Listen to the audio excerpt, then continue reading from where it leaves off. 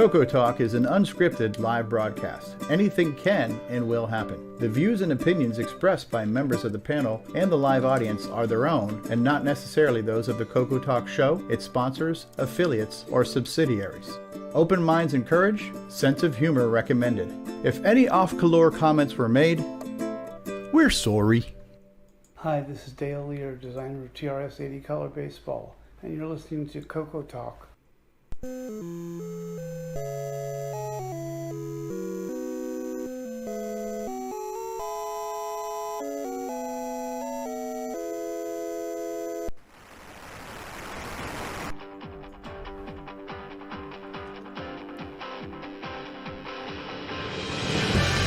This is CoCoTALK, the world's leading live talk show featuring the Tandy Color computer. It's time to drop your socks and grab your real-time clocks, and let's rock. CoCoTALK is rocking the 8-bit world, keeping the Tandy flame alive. We may be mocked, but we'll never stop, 'cause CoCoTALK is rocking the 8-bit world.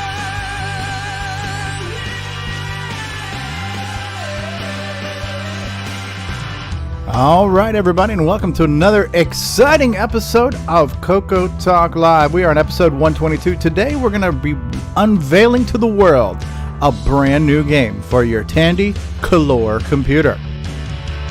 CoCoTALK is rocking the 8-bit world, keeping the Tandy flame alive.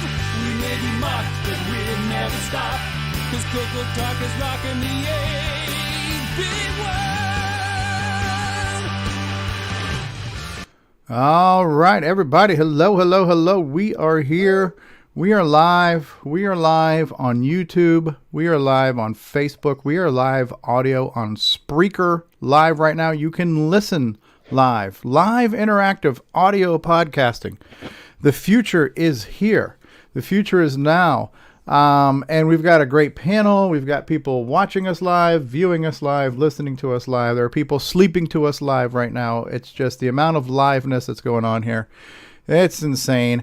We got a special guest today. We don't see him all the time, but I'm glad he's here. As a matter of fact, we got a couple guys from Jersey here. You know, we're used to having a couple of Canucks and a couple Aussies, but it's not every day you get two Jersey boys on at the same time. So how about we start with Al Hartman. Al, how you doing? Yep. I'm here from Joyce. Hold on. I've got an echo. Yeah, and I don't have my soundboard, so I couldn't cue the crickets. So how you doing, Al? I'm happy to be on a CoCoTALK again and to listen to the show live, so it's great. All right, well, I'm glad to have you here. He asked us to skip over him because he's doing things, so we'll skip over James Differendaffer, but we all know James Differendaffer as the guy who made my head explode. We'll be hearing from him later on today. Not quite from Jersey, about 2 or 3 exits down, but from down under in Australia, we got Nicholas Marentes. Good day, Nick. Good day, everyone. How are you? Ready for another show? We're glad to have you here, sir. Another guy bookending the bottom of the Hollywood Squares here, also from Jersey. Not on the show often enough, but we're delighted to have him. Tom C., how you doing? No, I'm doing just great. How you doing? I'm doing good there, Tom C. All right, the Jersey connection is here. We got both sides of the show covered, and Jersey boys, it's a beautiful thing. We got from Texas. Last week, he was corresponding live from Radio Shack. Joe Burnett is with us. Hello, Joe. Hey guys, how's it going? Really good. And that's a wonderful shirt you're wearing there, and thank you for mine too. You are too kind. I'm wearing my Radio Shack, flying the colors and doing us proud. Thank you. Yeah. And from one of our foreign correspondents from the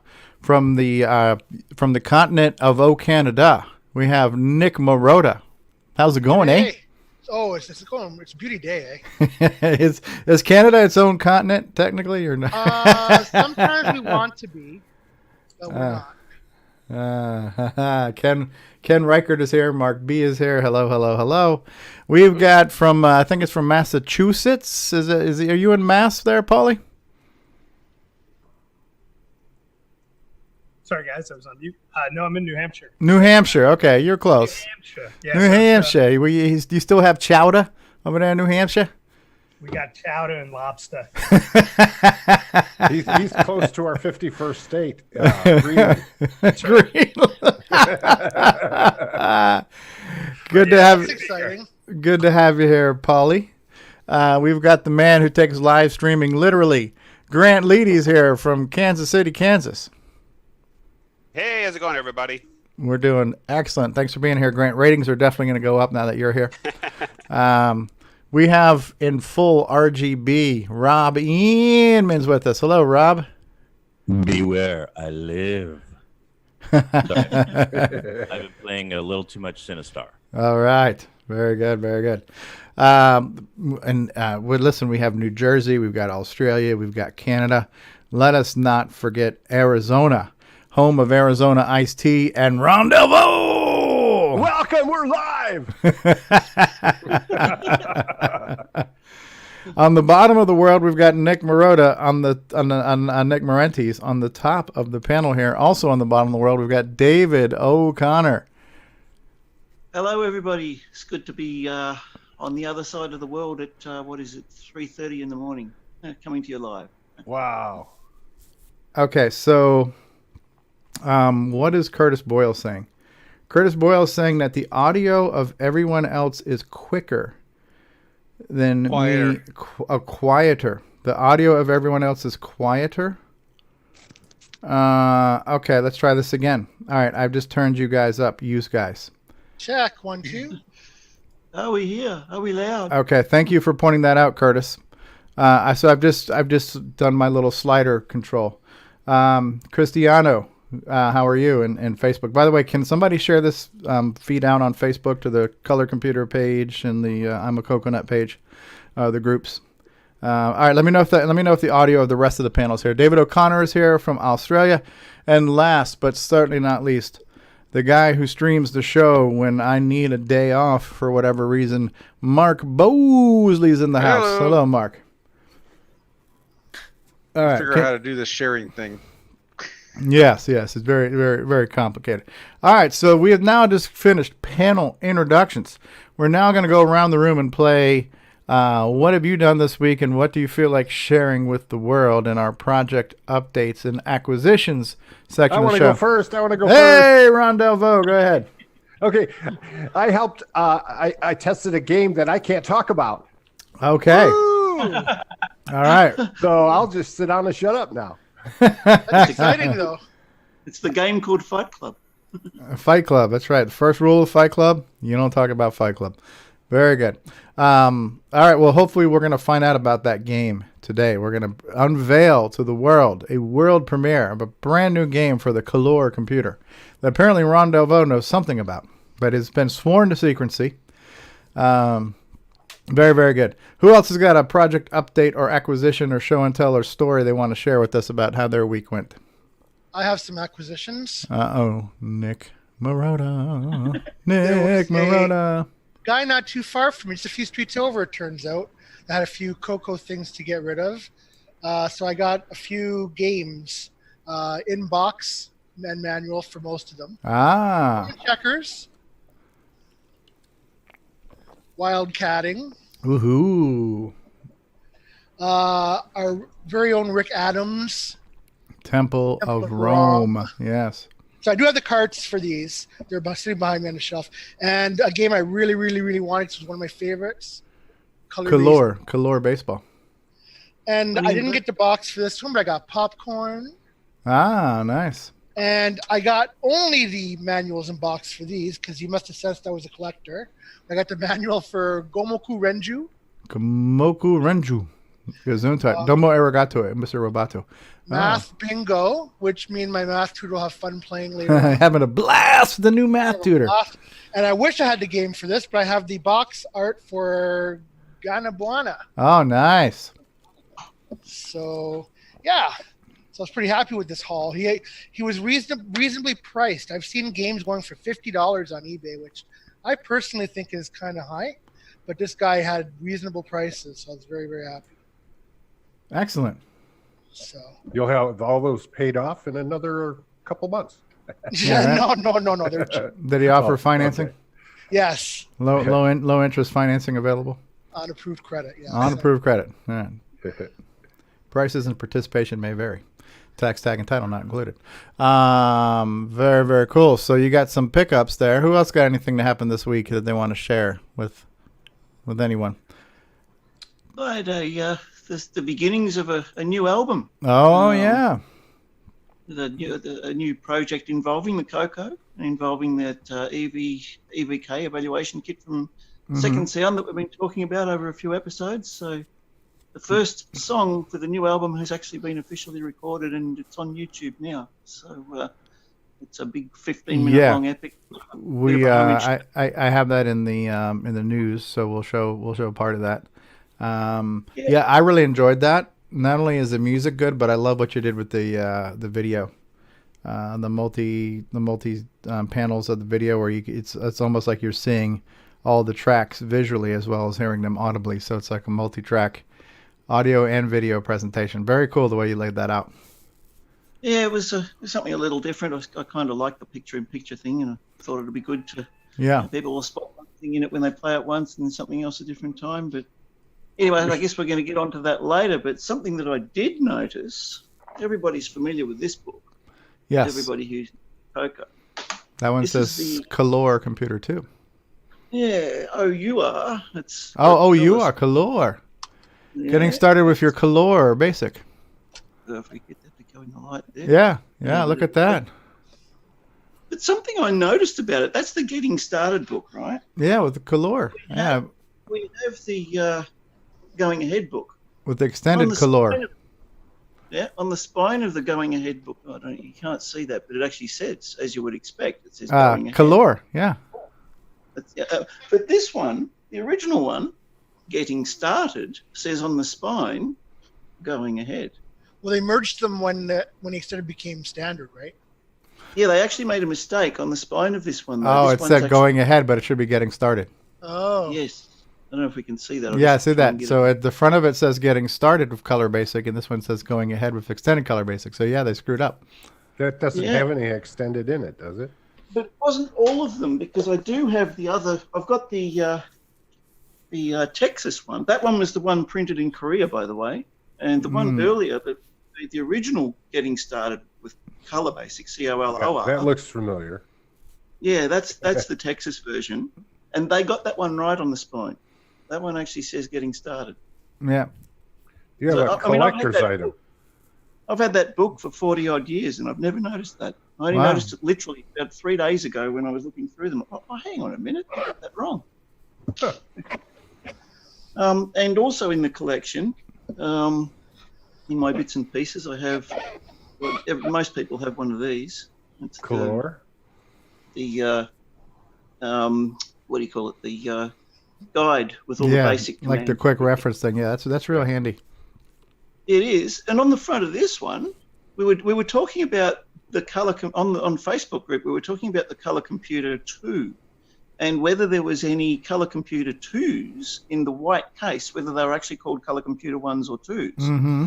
And this one here actually has Color. Oops. Get that in the light. I'm trying to do the mirror thing here. Color Computer 2 microcomputer, and as you can see, the picture of it is a white case CoCo, what people normally refer to as a CoCo 1, but it's actually in Australia they were actually referred to as a CoCo 2. So it's it's not confusing at all. No, not at all. Not even. I think that might have only been in Australia, because in the U.S. that white. Yeah, that white full-size case was only the white 64K CoCo 1. It came out around the same time as the first generation CoCo 2s. You see my CoCo 1 or CoCo 2 playing a CoCo 3 game there? Yeah, it looks really good. That's not confusing in the slightest. No. We both got some bouncing balls on our screens today. Mm-hmm. I have that book too, David, but there's nothing on the spine on mine. I have the Going Ahead with Extended Basic book too, but there's nothing on the spine on mine. Oh, wow. Okay, so we could get another one then. Okay, interesting. So the only reason I noticed that was that I'm setting up a bookshelf. I'm reorganizing my studio and everything, and I was going to put them on the bookshelf. And then I was looking at the spine. I never ever looked at the spine in 40 odd years.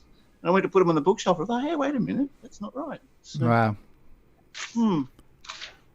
So some variants there. So if you're a collector, now you're aware too that the original Color Basic book had two versions. There was an incomplete version that only had like 13 chapters, and then there's the longer version of that too. So I think the first version had something like 113 pages. Yeah, I think. What have I got? Oh, these are two. Let me just have a look at this one.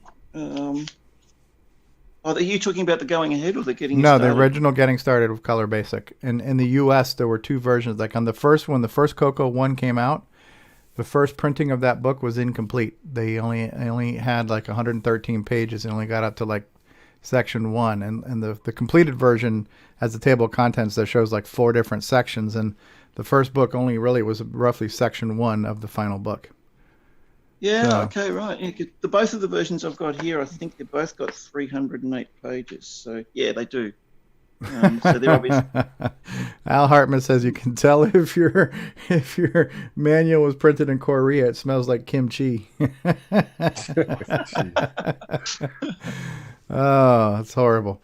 Very cool, very cool. Who else has got a little something they want to show with us this week? Anybody? Well, I you might know this guy. It's out of focus, but you know this guy with me?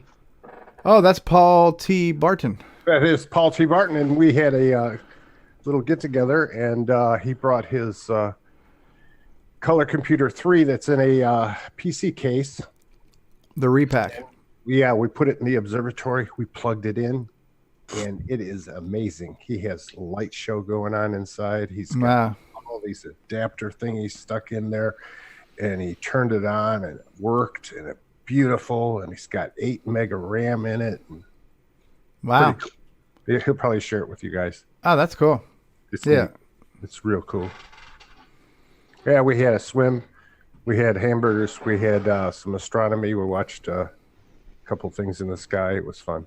Cool.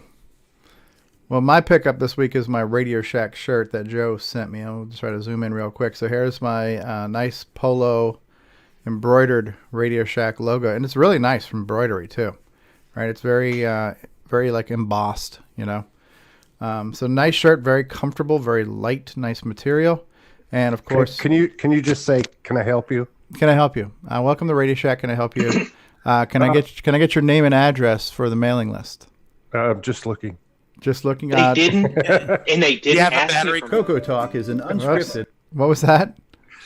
Do you have a battery card? No, but I have some batteries though too. Hey, John Strong has joined us. Hey, John. Hello.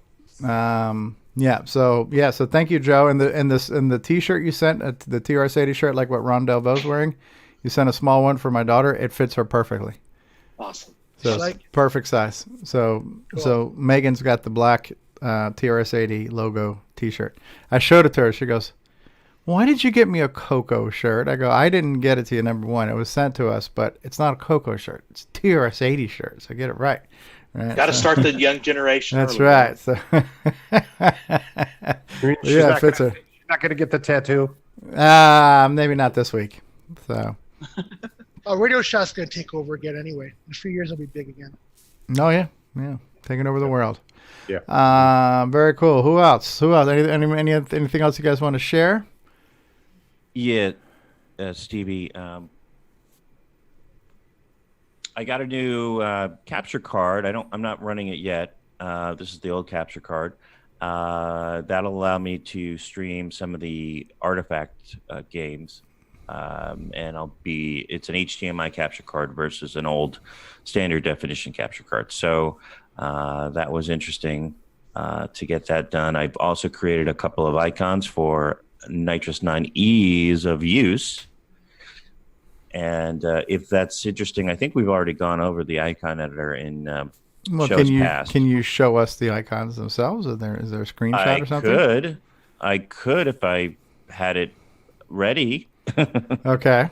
But we can do that later if you want. Okay, sure. And our usual Nitrous 9 segment of the show, we'll go ahead and talk about it then. Absolutely.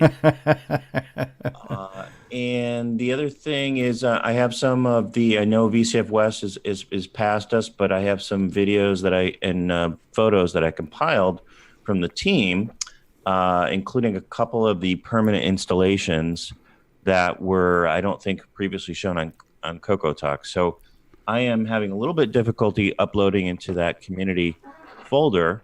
But I could just share my screen at some point and show you that's fine. myself. Yep. Perfect. Okay. I've got a couple things. Okay. Well, Polly. So real quick, I've been into a few things lately, but one thing I did want to mention is we're just about a month away now from Tandy Assembly. And Mike Rowan approached me a couple months ago and asked if I would do the CoCo class, the Tech Talk, on Friday evening, which is a tremendous honor that he asked me to do that. And I plan to be there. So giving the talk on that Friday, and I've been preparing for that. And it's right now it's on floppy disks, and it's primarily focused around the color computer, but it's applicable to all vintage platforms, and I'm going to be going over the various floppy formats and how to archive them, how to retrieve data, even in cases where traditional means of pulling files and data off of those don't typically work, showing how some of the tools I develop are applicable to the color computer and whatnot. But that's about a month away now, and I know it's competing heavily with VCF Midwest, and a lot of people are only going to be able to do one of those events. But if you're in the Ohio area, the end of September, by all means, stop out, and I'll be there that Friday evening. That's very cool. One other thing I was going to mention, and I haven't mentioned this to Mike yet, I'll have some equipment with me that if folks want to bring any of their floppies with them, to have them archived, or to if they're having problems reading some of their vintage floppies and want to get data off of them, or think that there's still important stuff on there, by all means bring them out, and offering that as kind of a courtesy service for folks. If I don't get to them at the show, if people want to leave them with me and I'll get them back to them, we'll do that too. But wanted folks to be aware that we can do that. Oh wow, that's very cool. I think Dave Phillipson has some discs that he was looking to save, and I don't know if he's going to be. I think he might be there. Okay. What I may do at some point is just start offering it to the community, because we've got a lot in the archive. We've got a lot all over the place, but I'm sure that there's stuff out there, especially data that people might have created that maybe not part of the archive, that at some time they may want to retrieve, or just out of curiosity see what it is. But again, some of the equipment I have, it allows for retrieval at the magnetic flux level, and sometimes it's much more successful than just trying to drop it into a FT501 or whatever and trying to pull it off that way. So in general these days, are the discs still fairly readable, or are we getting to the point where it's getting? They are. The biggest issue is more physical damage, Nick, where if a couple things can happen. I mean, obviously, some traumatic incident with the disc where the magnetic media is damaged and bent, creased, stuff like that. Another thing that I see a lot of is there'll be mold and mildew depending on how the discs were stored. But in some cases, it's possible to open up the sleeve of the disc, pull the disc out, and actually clean it off, put it into a good sleeve, and try to retrieve data that way, and often find that is good rate of success. Oh, good. Yep. So magnetic, whatever, is not flaking off or anything. In some cases it is, but most cases, if they're fairly well stored and preserved, you don't have a lot of heavy weight on them, or they're not close to, any type of magnetic, strong magnetic fields, and in most cases, they're in pretty good shape still. Oh, that's awesome. Yep. Thank you. Yeah, I've got a bunch of. They're not 5 1/4; they're 3 1/2 inch floppies. But I've got a bunch of them here for my SY77 and SY99, and some of those discs are 30 years old now, and unveil still worked perfectly. So I actually got all the data off them and transferred them to MIDI files and saved them on a hard drive. So while they still work. Yeah, so I can do 3.5 or 5 1/4. And one other thing that I'm trying to do right now is I've got an 8-inch drive that I'm trying to get going with it, and see if I can have any luck with that. Wow. Wow. Very cool stuff. I'd love to hear that talk somehow. Yeah, it'll probably be recorded, but if people are there or thinking about going, there's some interesting talks happening that Friday, so I would definitely try to do what you can to extend for that extra day. I'm really looking forward to it. Yeah, I think that's a new feature they're having this year, right? Is having the Friday night sessions or the Friday sessions, right? And so I wonder if that was that inspired by one of the VCFs. Wasn't there one of the VCFs, maybe VCF East or something, where they had a Friday where people came in and did different sessions? I don't remember. But anyways, it's a cool addition. So the other thing too with it, Steve, I think just like you said, they're just trying to expand it a little bit, and they were looking at how they could possibly expand it. So this was something that they came up with. But the other thing, it's a few extra bucks for that extra day, but they are throwing in dinner that night as well. So okay, seems like a pretty good deal.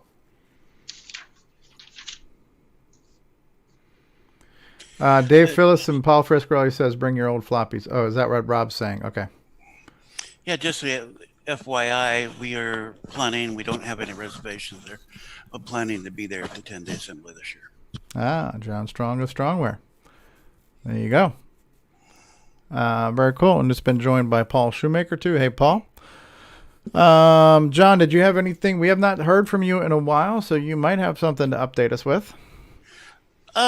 Just some plans. Okay, we on the list is another 3D printer. This one will be a resin printer with the light and stuff, but it'll open up some things I couldn't create before.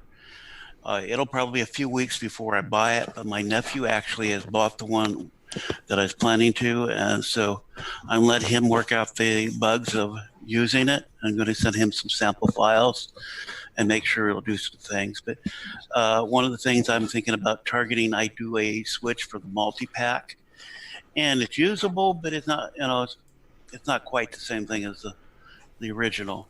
And if it works out, I want to create that. And there's some other small things and stuff, and kind of expand what we can do with 3D printing for it. I got a question. Are you going to make the CM8 door? The CM8 door. Yeah. That would be a gold mine right there. Most people don't have one. Yeah, I don't have a CM8 anymore. I don't think anywhere. Yeah, I have my Motorola. Could you do it with the new machine?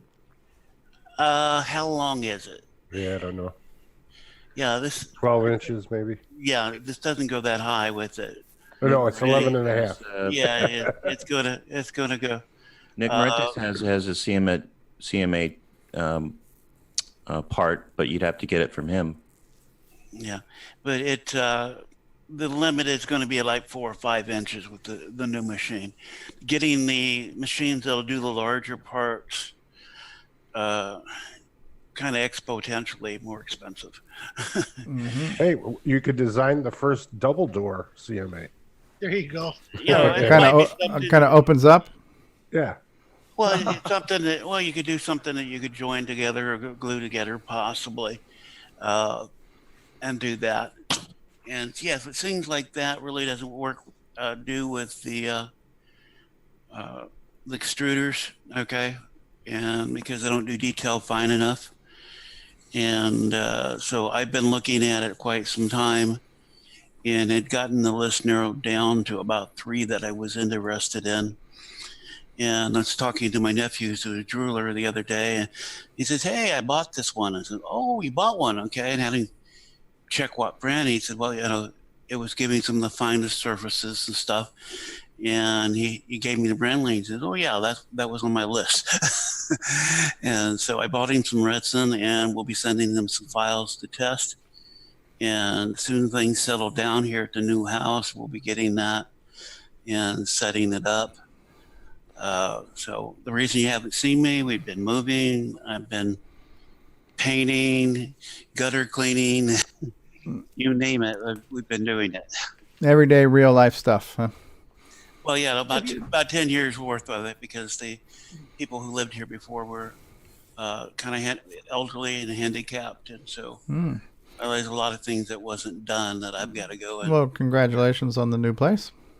Yes, and it's going to give got a workbench area in the garage, which means the reason why I can get the other printer, because we couldn't have the fumes in the house, and so there's some good possibilities. I do have some interesting things that I was working on before the move for a deluxe CoCo SDC case that will have some extra features on it that I think people will like. It will be a premium price, but since the low end price market has kind of disappeared.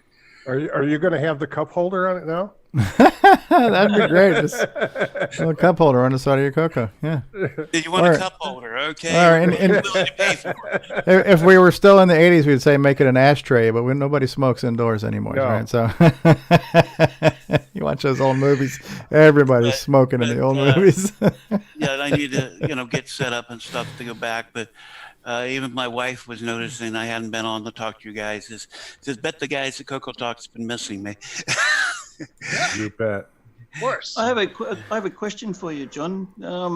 Have you had any chance yet, or any time? Maybe not because of the move and everything, but I just wondered if you've had any success getting the play command to work out of Ed Snyder's Mega Mini MPI out of the APL3 chip yet.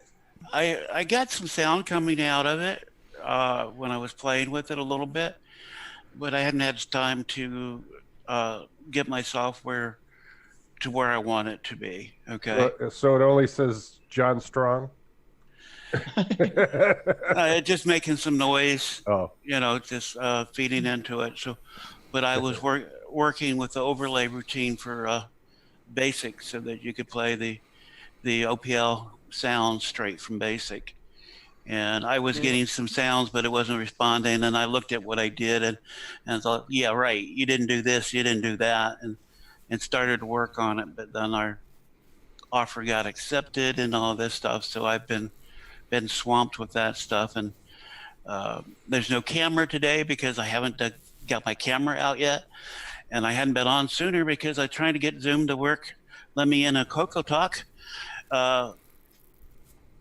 properly on it, and for some reason the installation on my laptop won't accept the exclamation mark for the name and stuff. So I had to pull out the desktop and run a cable to the router and plug it in to even get on today. So I don't know what's going on there, or I'd been on sooner because I've tried a couple times. It's like, okay, I don't know what's going on here. Did I download the wrong Zoom client or what?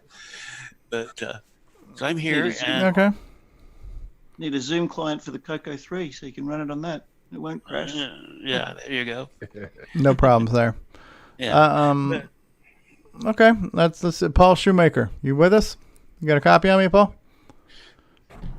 And actually, to Paul, I noticed a message today to me. At least it showed today from on Facebook about cases for the Iron Mavericks 502 replacement. And the reason I haven't made one is I don't have a 502, or I have Ivan's board, and I was looking into buying one, but then the move came up. So no worries. Yeah, just to let you know, I'm willing to do one, once I get one. Okay. No, I appreciate that. I have it plugged in right now without the case, and of course it works fine, but it would be nice to have a case. I've got similar size cases I've made. It's just I would need either a 502 or that. I've got 501s, I've got a JMM, I've got a hard disk specialist kit, but the 502 I don't have. Okay. Well, I'm not sure if it's an odd size. It's just I think that's just a normal board, shape and configuration. Do you have a copy machine or scanner? I do. Okay. If you will scan that board layout, okay, and email me the scan, then I can see where the variations of the sizing is. Okay. There's a little bit different spacing and stuff in it on the holes and stuff. And I probably got that pretty close because the CoCo SDC uses the same. But I could probably do a prototype design based from a scan of the circuit board. That would be excellent. I will do that.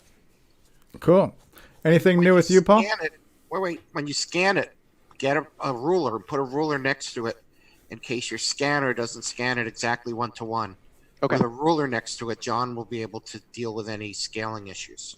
I've got a ruler as well, so we'll do. And Okay. just for kicks, put your face on that copier. Might be my- but no pressed ham. Not the other end. Definitely not the other end. And I did not say close that. your eyes before you scan. Yeah. And Paul, you've got my email? I believe so. Okay. Yeah, my name at Hotmail. So. Okay. Yeah, I think you bought something for me before. I think so as well. So Yeah. I'm sure I can get it either there or off the CoCo list. Yeah. Okay. And so, like I said, just send that to me.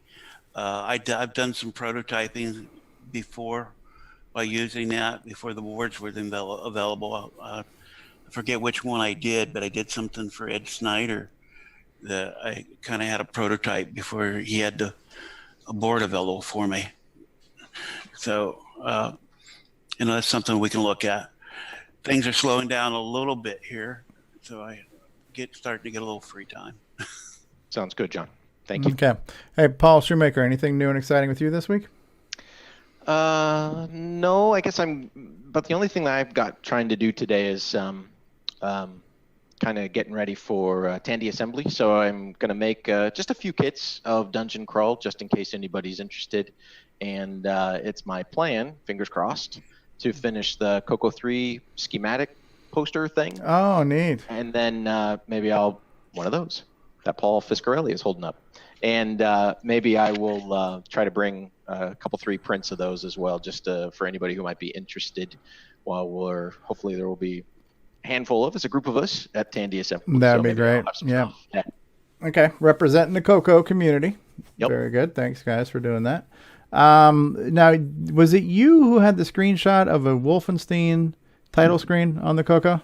Yeah, I do, and I've been working on it a little bit. So the biggest thing is I'll have it run in the background now that I am in front of it. You probably can't see it. Yeah, it's slow but sure. I'm really gonna have to learn assembly language programming in a big way. So today I think I figured out how to move sprites around the screen, at least for the most part. I think I have to figure out how to use sync in order to get it to stop flicker, to not flicker as much. But so I've got quite a lot of learning and investigation to do to be able to do that game right.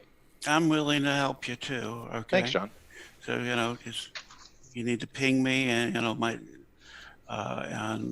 tell you what to do. And I have tools if they happen to fit in what you're doing. So okay, great. Yeah, I think my next quest is to go try to find some samples of code. I know there's a few out there. I think Rick shared some samples of code, and maybe I can get some idea about how to incorporate the syncing with the clock to.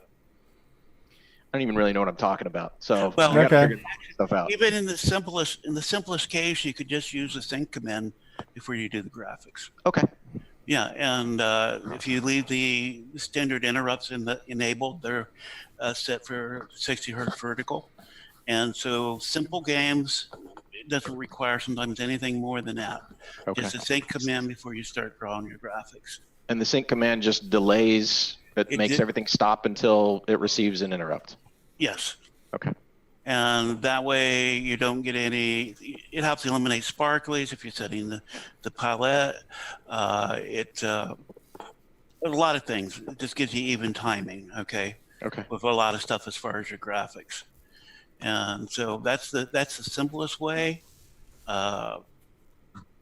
And some of my games, actually, that's all they use is. Be careful, Steve's going to do an interrupt. Yeah. Hey, are you on Paul Shoemaker? Are you on Discord? Because there's a lot of assembly talk going on in Discord. There's a lot of people out there you could.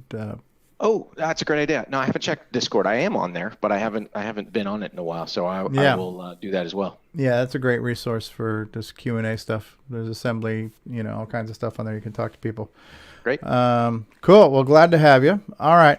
So how about we do this? We are going to take a commercial break, and then when we come back, we are going to debut a brand new color computer game that many people in the world have not seen. So this is a world premiere. This is an unveiling. This is a reveal. I can tell you myself, I have not seen it. I don't know what it is. I don't know anything about it. I think a few people might have a clue. I believe it was mentioned there were some teasers.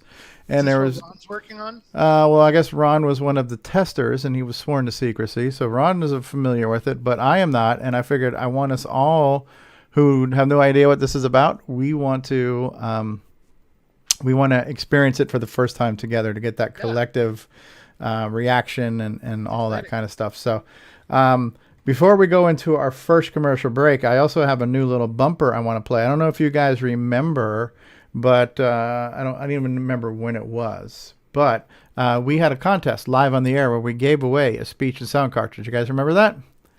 Yeah. Oh, yeah. So yes. So the guy who won, his name is Andrew Bodner, and I'd asked him, I go, could you just record a little something saying, hey, I'm Andrew. I'm the guy who won the speech sound pack.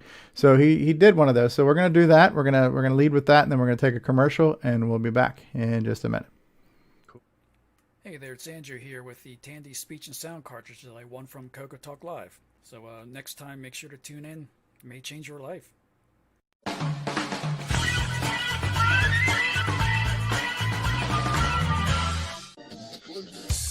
Hey, have you got your CoCo 3 yet? Hi, this is Rick Adams, author of Temple of Ram and Shanghai, and you've tuned into CoCoTALK, the nation's leading live talk show featuring the Tandy color computer. What's going on, everybody? Original Gamer Stevie Stroh here, and if you're a fan of vintage computing and retro gaming, then you're going to love our retro swag shop at 8bit256.com. There you will find custom designs by Instagram artist Joel M. Adams. You can get I'm a Coconut, CoCoTALK, and other cool video game images on a t-shirt, coffee mug, or mouse pad. So if you love retro, then head on over to the retro swag shop at 8bit256.com today. Tell them the Original Gamer Stevie Stroh sent you. The Radio Shack TRS-80 put the world of color computing into your home. Instant loading program packs turn any color TV into an exciting game arcade. And there's more. The color computer is an educational aid, a home management tool, an up-to-the-minute electronic information service. The programmable, expandable TRS-80 color computer from $399 only at Radio Shack, the biggest name in little computers. Hi, I'm Bruce Moore, and this is Jacob Moore. Gotcha. And we are the Forest of Doom guys, and the CoCo Forever guys, and we are CoCo Fest, and we love Stevie Stroh. Imagine a different world. A world where Tandy Corporation has the upper hand. Where the CoCo surpassed all competitors. And all you have to do is travel back in time without making a single mistake. CoCo Forever. How does it feel? I'm still believing. You definitely earned this office. Yes, you're too kind, and thank you. You want to grab some food before we head back and look at that Alt Reality OS9 module? It's only 40 years past due, but yeah, sure. How does it feel? I'm still believing.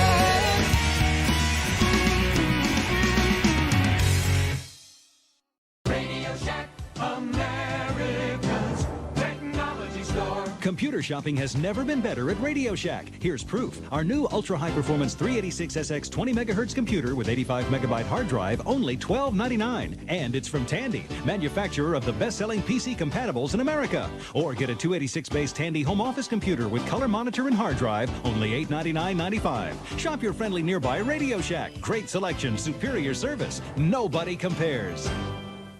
We now return you to CoCoTALK. And now, Coco Thoughts by Samuel Gimes.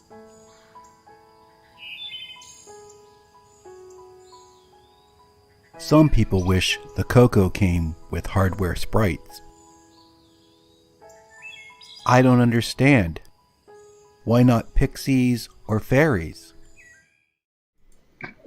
Oh, wow.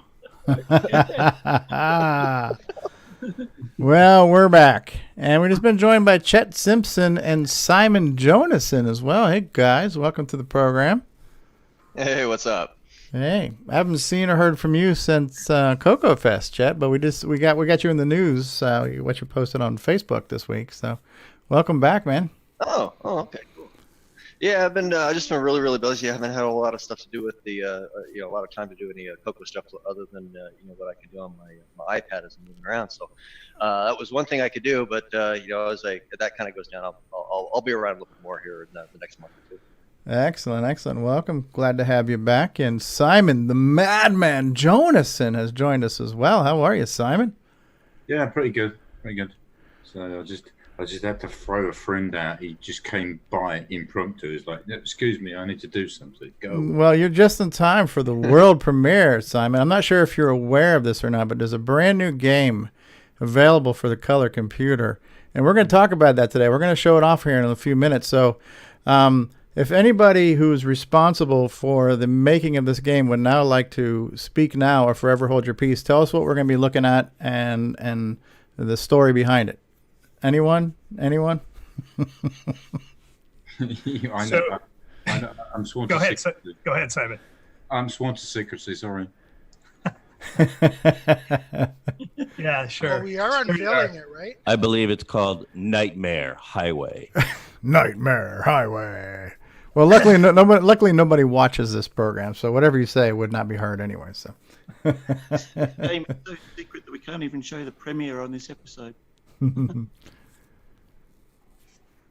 So I guess I'll get started.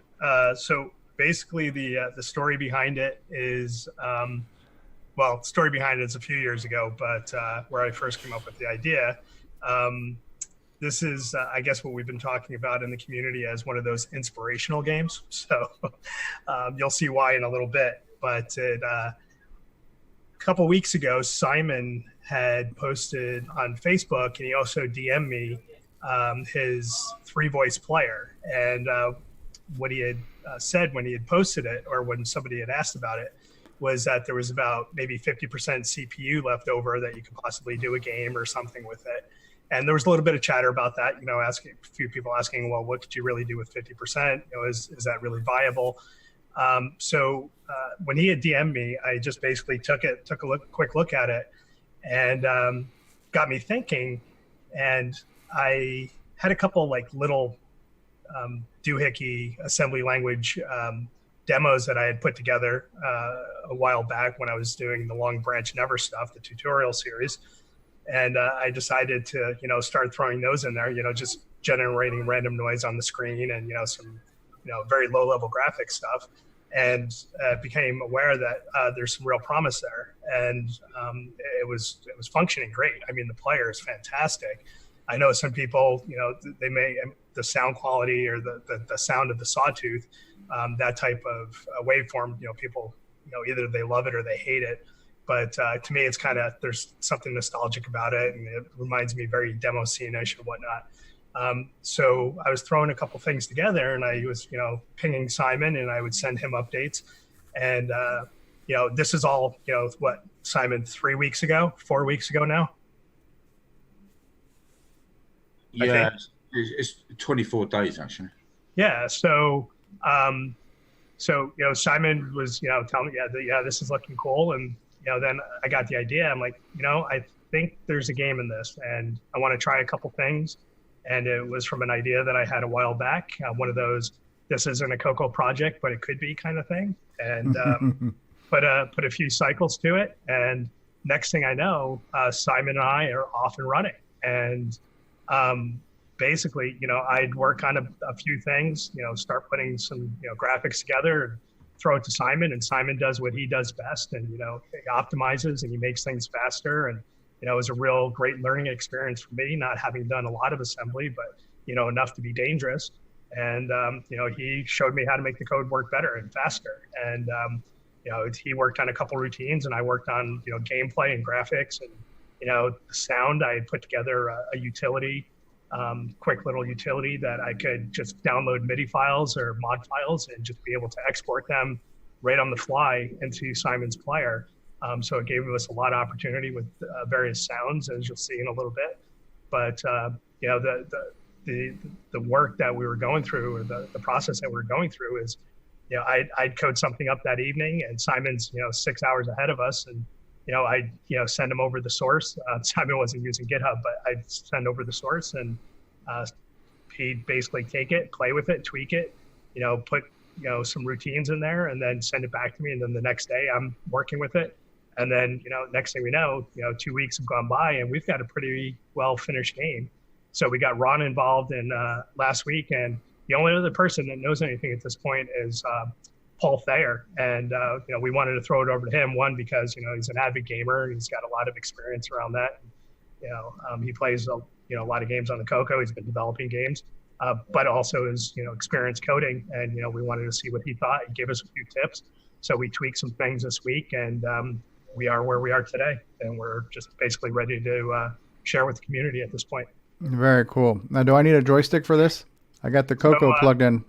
So it uses simultaneously. You can use left, right, or right joystick. It needs to be a deluxe joystick because it uses 2 buttons, which you'll soon find out in a minute. Or you can use the keyboard, spacebar, and enter key. And it doesn't ask you to choose. It just uses all 3 at the same time. Okay, so I'll just do it on keyboard then. Yeah. All right, so let me switch over to the CoCo itself. So one thing I do want to say, Stevie, you might want to turn the volume down to start, because one of the things I noticed is across Zoom, the sound doesn't come across as well as it does in person. And it may be a little harsh at first, but you can always, just bring up the volume as you see fit. And the name of it is? Wait, before I get too excited, this is standard CoCo, right? Like 6809? It's 6809, but it is CoCo 3.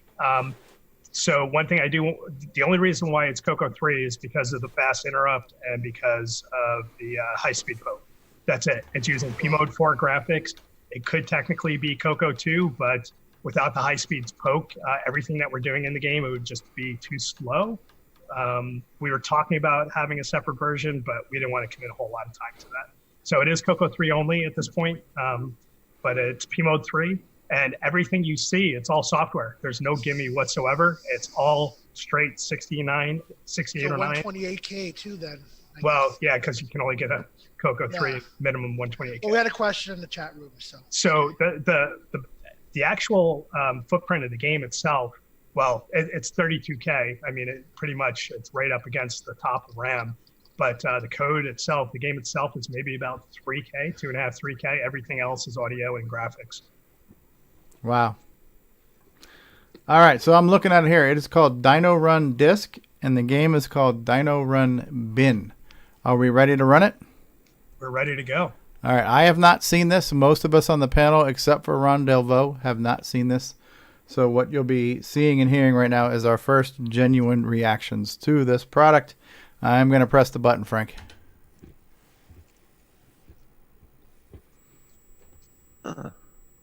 Dino Run. We're not seeing it, Stevie.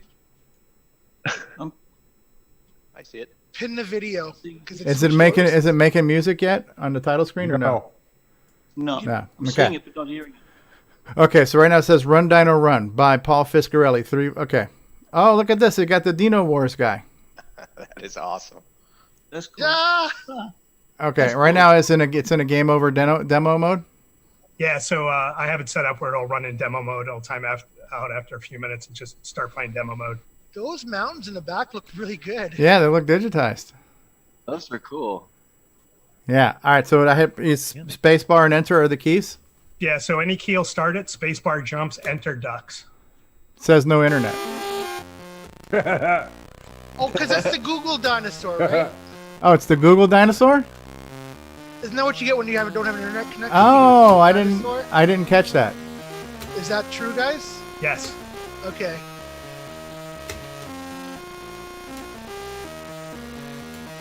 Wow, music and everything. Cool. Music is good. Wait, is this built-in music? Like I missed that part of it. Yeah, but don't talk or we can't hear the music.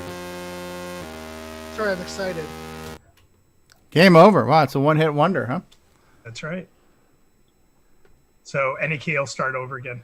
Wow, I didn't catch that. So the dinosaur is the dinosaur when you like try to open up Google Chrome as a browser and it says there's no internet connection.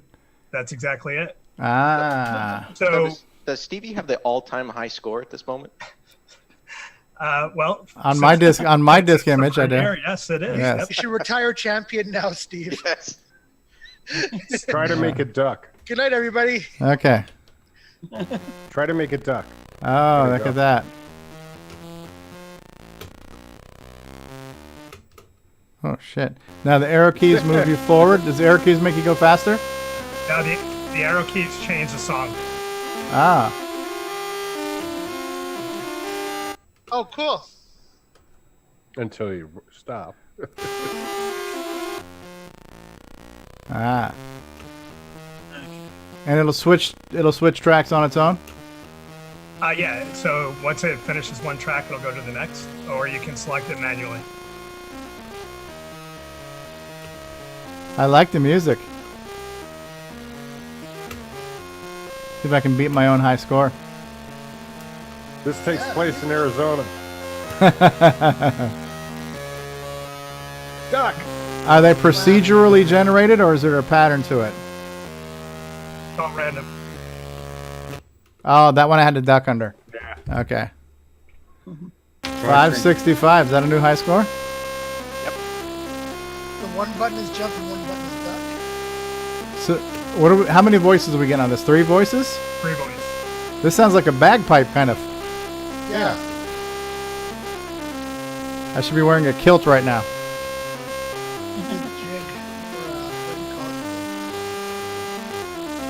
This is cool. There's the third voice coming in, that high harmony. Duck. Like I should be using some Irish Spring soap right now.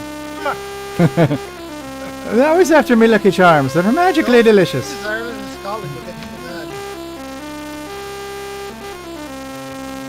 Now, is it just this over and over again? Does it ever change? Are there bosses or changing of terrain or anything? Nope. Uh-oh. Going faster. Ah, new high score, 936. Going faster. So it gets cooking, Stevie. So That's neat. I like that it's monochrome. I'm glad you I didn't like try to that. fit too many colors in. I really like that sawtooth waveform too, especially in the bass. That's really good. This is a true 40th anniversary gem. Okay, you guys are supposed... What? Okay, where is Zoom? Why is Zoom showing me you guys? This is weird. Oh, because I was making the noise, it switched to me. Now there's Paul. Okay. No, that's neat. That's really neat. What do you guys think of this? It's cool. That's cool. No, when I like it. when I first got it, I did it on my emulator because I was excited to see it. Uh-huh. My emulator was jacked way up, and that sucker would fly across. Oh, the speed of it? It would go so fast I couldn't figure it out, and I was laughing my butt off because the little guy was running so fast. I couldn't. So when we were testing it, I thought I inadvertently sent Ron a test copy where I had it running at the fastest speed, and he was like saying that this is the fastest game I've ever played. And I'm like, wow, that's a tremendous compliment. I mean, I think it's fast, but I don't think it's that fast. Yeah, right. And sure enough, he was running it in overclock mode, but it does get going pretty good once you get up around 2,000 points or so, if you can get that high. But yeah, it gets going. I mean, for everything that we're doing with it, and it all software, again, no hardware scrolling, no hardware anything. It's all it's no gimme. It's all 60 horsepower. Isn't this one of the few games that has music throughout the action? Yeah, software based. Yeah. So, Paul, really impressive. Is that terrain the waveform that it's playing? I'm just kidding. So what I think we might want to do with this, Stevie, I mean, because there was so much that happened in the last couple of weeks, maybe at some point we can put together an after dark or something, and Simon and I can go through. Oh yeah, that would be cool. That we used, and how we were able to pull it together so quick. But that was one of the things, we pulled from a lot of resources that were already readily available.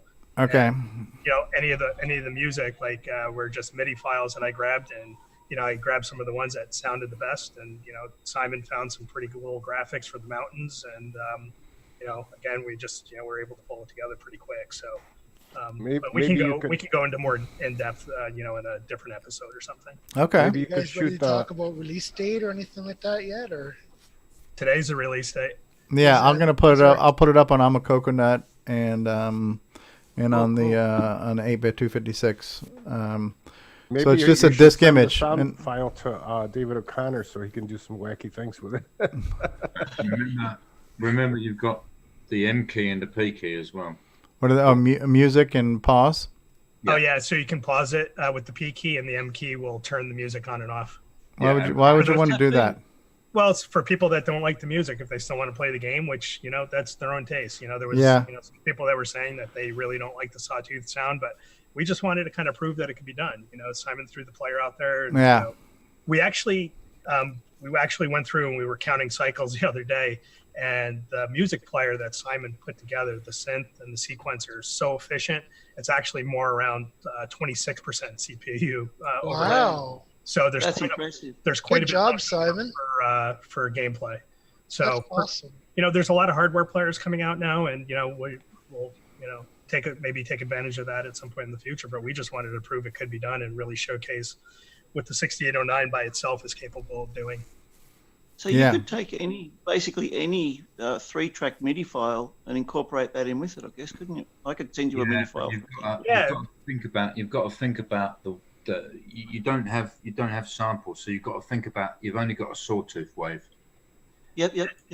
And that's why some songs sound better than others. I mean, obviously the bagpipes sound great, on Scotland the Brave there, because they have kind of a natural inherent sawtooth quality to them. So they translated over really well. Some of the tunes that we tried were just like, no way, it's not going to happen. But it's the reason I asked that question was because we're talking about sawtooth waveforms. I've got the big modular synthesizer behind me there. I could easily just select a sawtooth waveform on one of the oscillators and write a track specifically around that waveform, and do a 3-part MIDI file and send it to you guys, and we come up with a custom track for it or something. Absolutely, that would be cool. Wicked. Yeah. Well, I would like to go on record to say I've always been a big fan of Simon's sounds he makes. I call them the crunchy sounds. They're very crunchy sounding, and it sounds more like a synthesizer and less like an organ, So is this based on stuff you did in your demos, Simon? The player itself is just an expanded version of that. And I've showed Paul a lot of tricks along the way, along those past 3 weeks. I've thrown it backwards and forwards, showing him a lot of tricks of how to make stuff faster and stuff like that. Don't get me wrong, I've got multiple players, but I just tend to fall back on the sawtooth player because it's so efficient. Mm-hmm. I do have players that use samples and stuff like that, any kind of sample. But I just fall back on the sawtooth players because it's so efficient. Yeah, the fact that you don't notice any stuttering or pausing in this game while it's running and scrolling and jumping and ducking and everything, and the whole thing feels very fluid and continuous. Yeah, I'm gonna play it again. This is cool, and it looks good on Channel 4.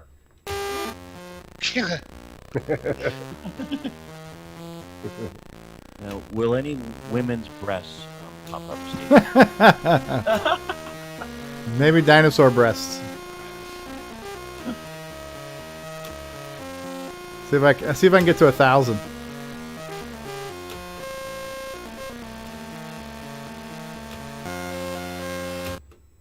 Ouch. Okay. Them needles will get you. Yeah, Ron Dalvo's experience with cactuses. Mm-hmm. Yeah, I mean, those mountains, that's a big chunk of data you're moving there. Yeah. And the speed in which the little dinosaur bobs up and down seems very fast.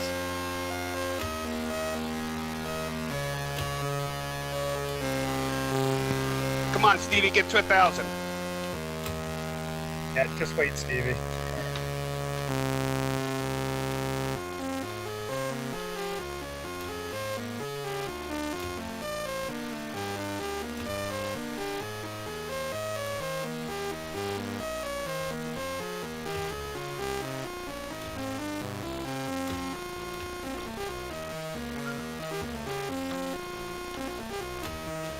Ah, son of a bitch. Oh, so close. Ah. 15 away from it. Yeah, man. Sorry. 70, 90, 80. Yeah, this is cool, man. This is fun. This is something that could like be on a smartphone real easy. You know, it's just like you tap, swipe up or swipe down for jump and duck. Yeah, it becomes incredibly addictive. Yeah, I mean, it reminds me a little bit of Timberman too, like you're saying, because there's not a lot to do, but you just want to keep doing it. Plus the moon stays What's a there. run game?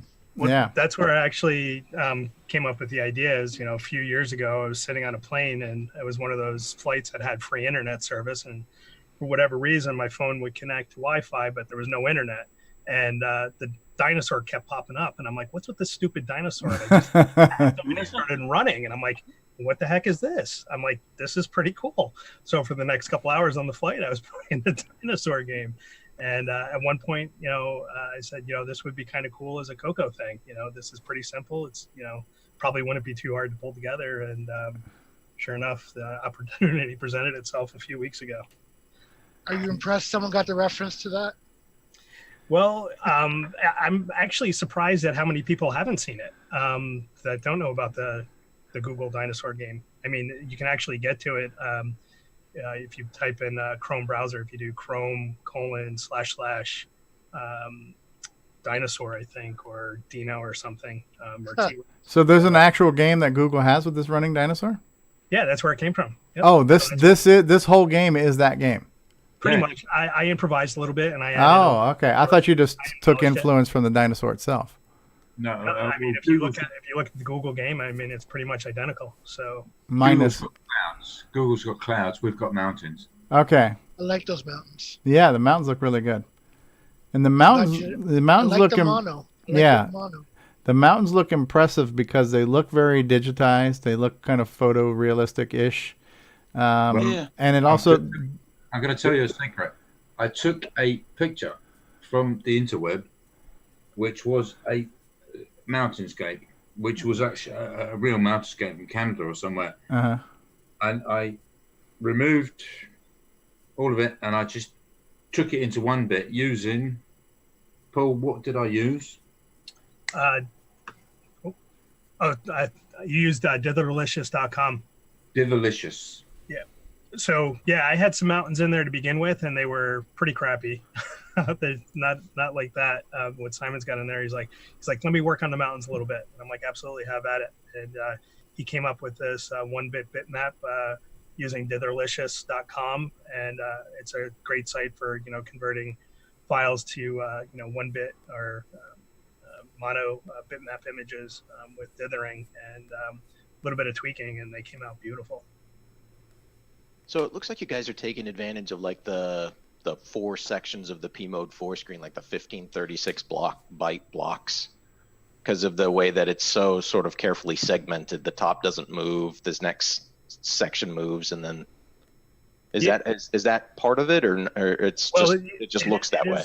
It is to a degree, Paul. I mean, and some of that's by design. And what we were trying to do is, just like you said, create different bands of scrolling. Right. One, it allowed us to control the flow of the graphics a little bit more, but we were also going for a parallax effect where the mountains are scrolling slower than the foreground, and just trying to give that illusion of actual movement there. So I got a kick out of his little legs going. Yeah. Look at him.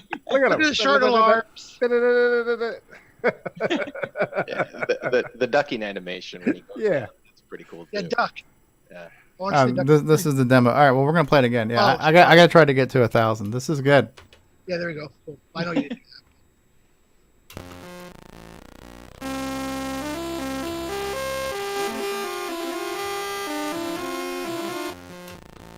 How many tracks are there? 3. This is the what I call the Irish Spring one here.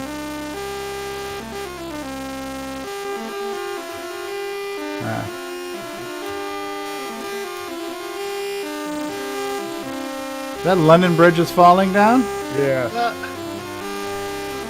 the hell's that got to do with dinosaurs? it's just one of the songs that sounded better than the others. Okay, just because it fits the sawtooth, huh? Yeah, about 13K of the file, which is a 22K bin file, is the music. So more than half is the music. And it just keeps getting faster and faster. That's right.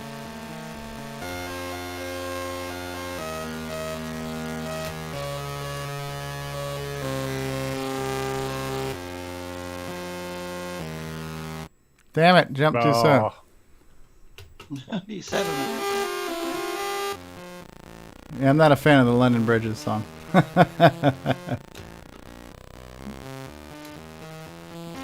I wonder if that's low bass.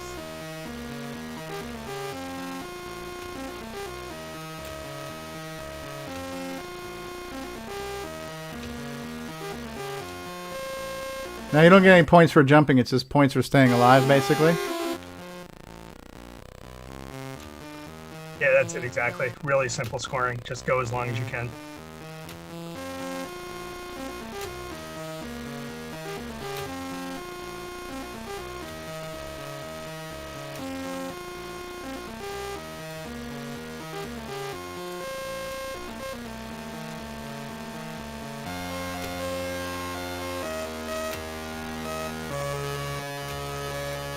Woo! Holy shit.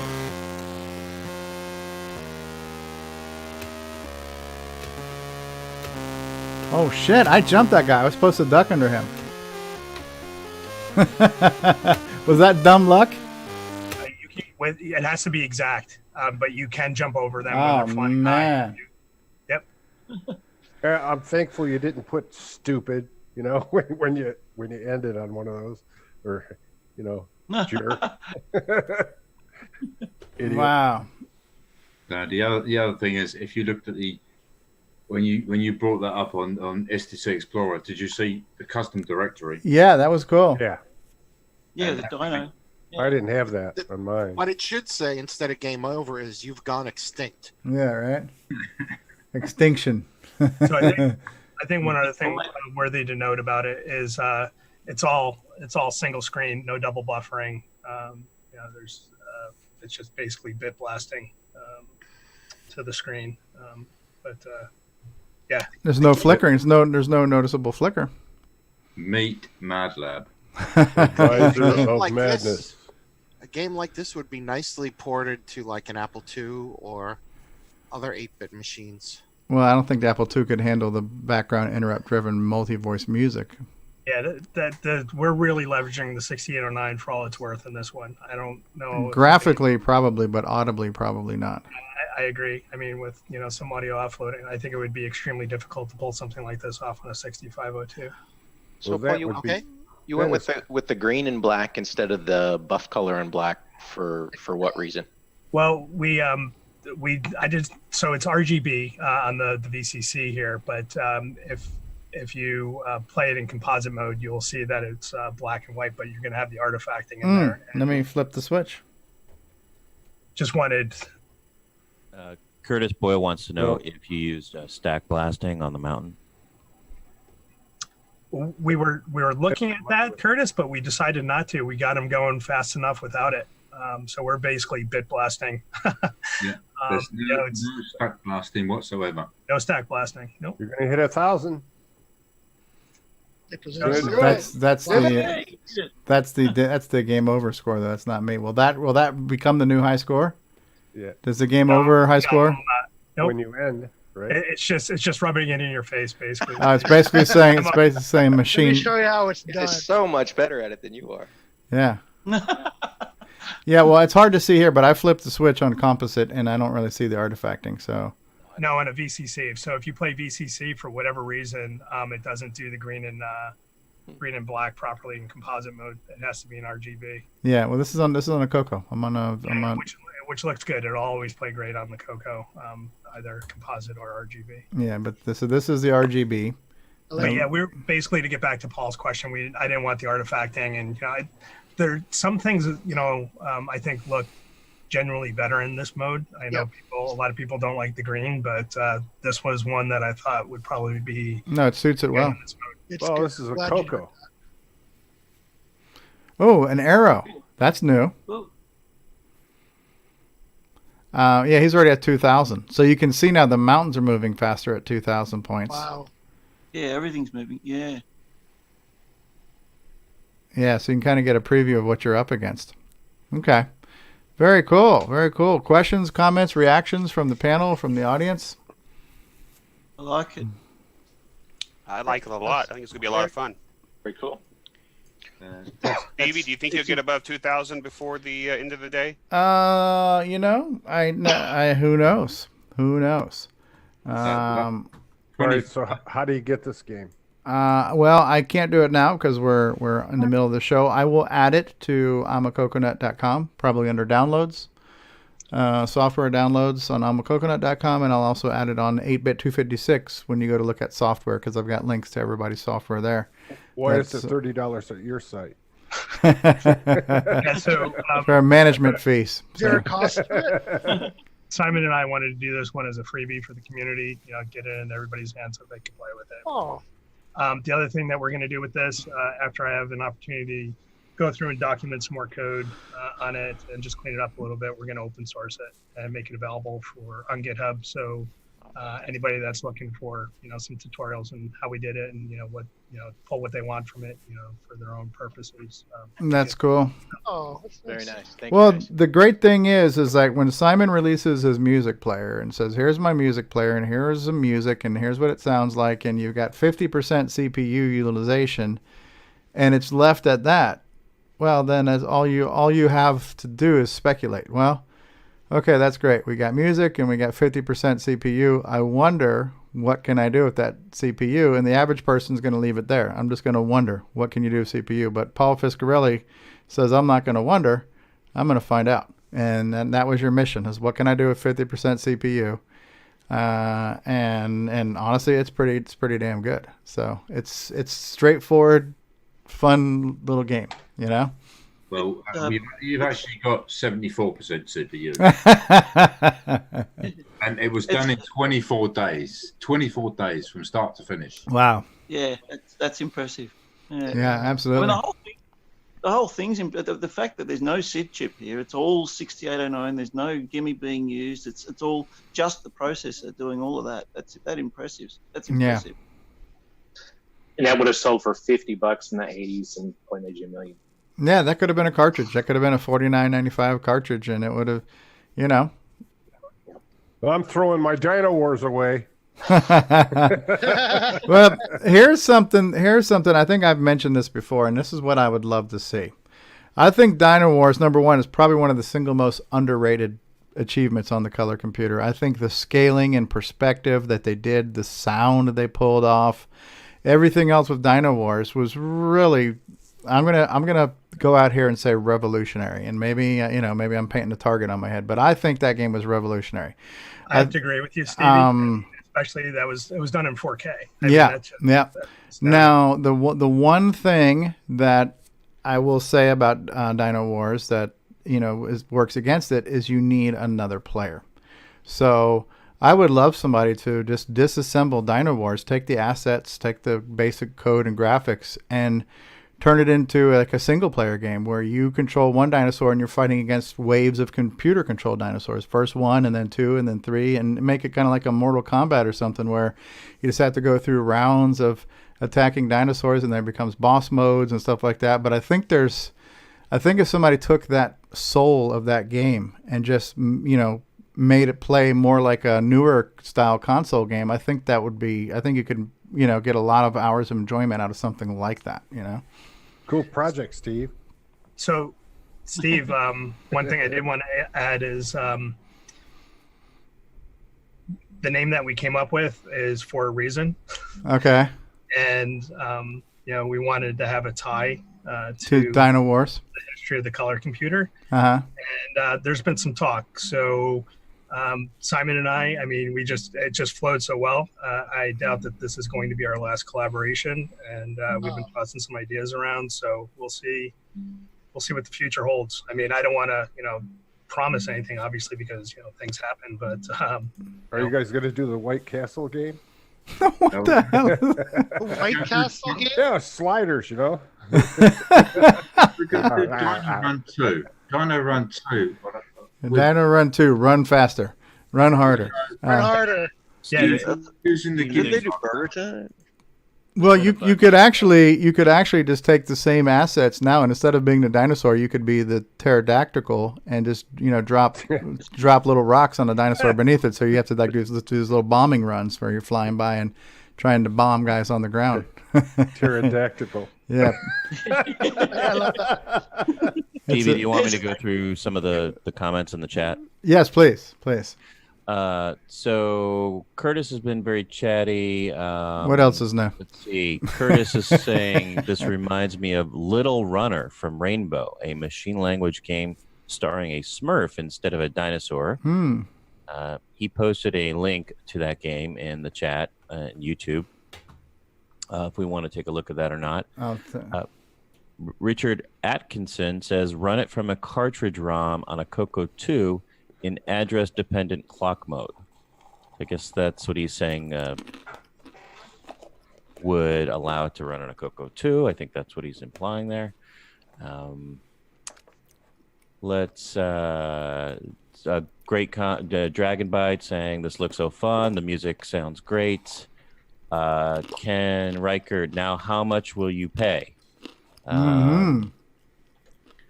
And Curtis again saying, Simon, if we did a reduced resolution version or a 6309 native mode version, could it run at CoCo 1.2 speeds, or would not having the timer IRQ make that prohibitive?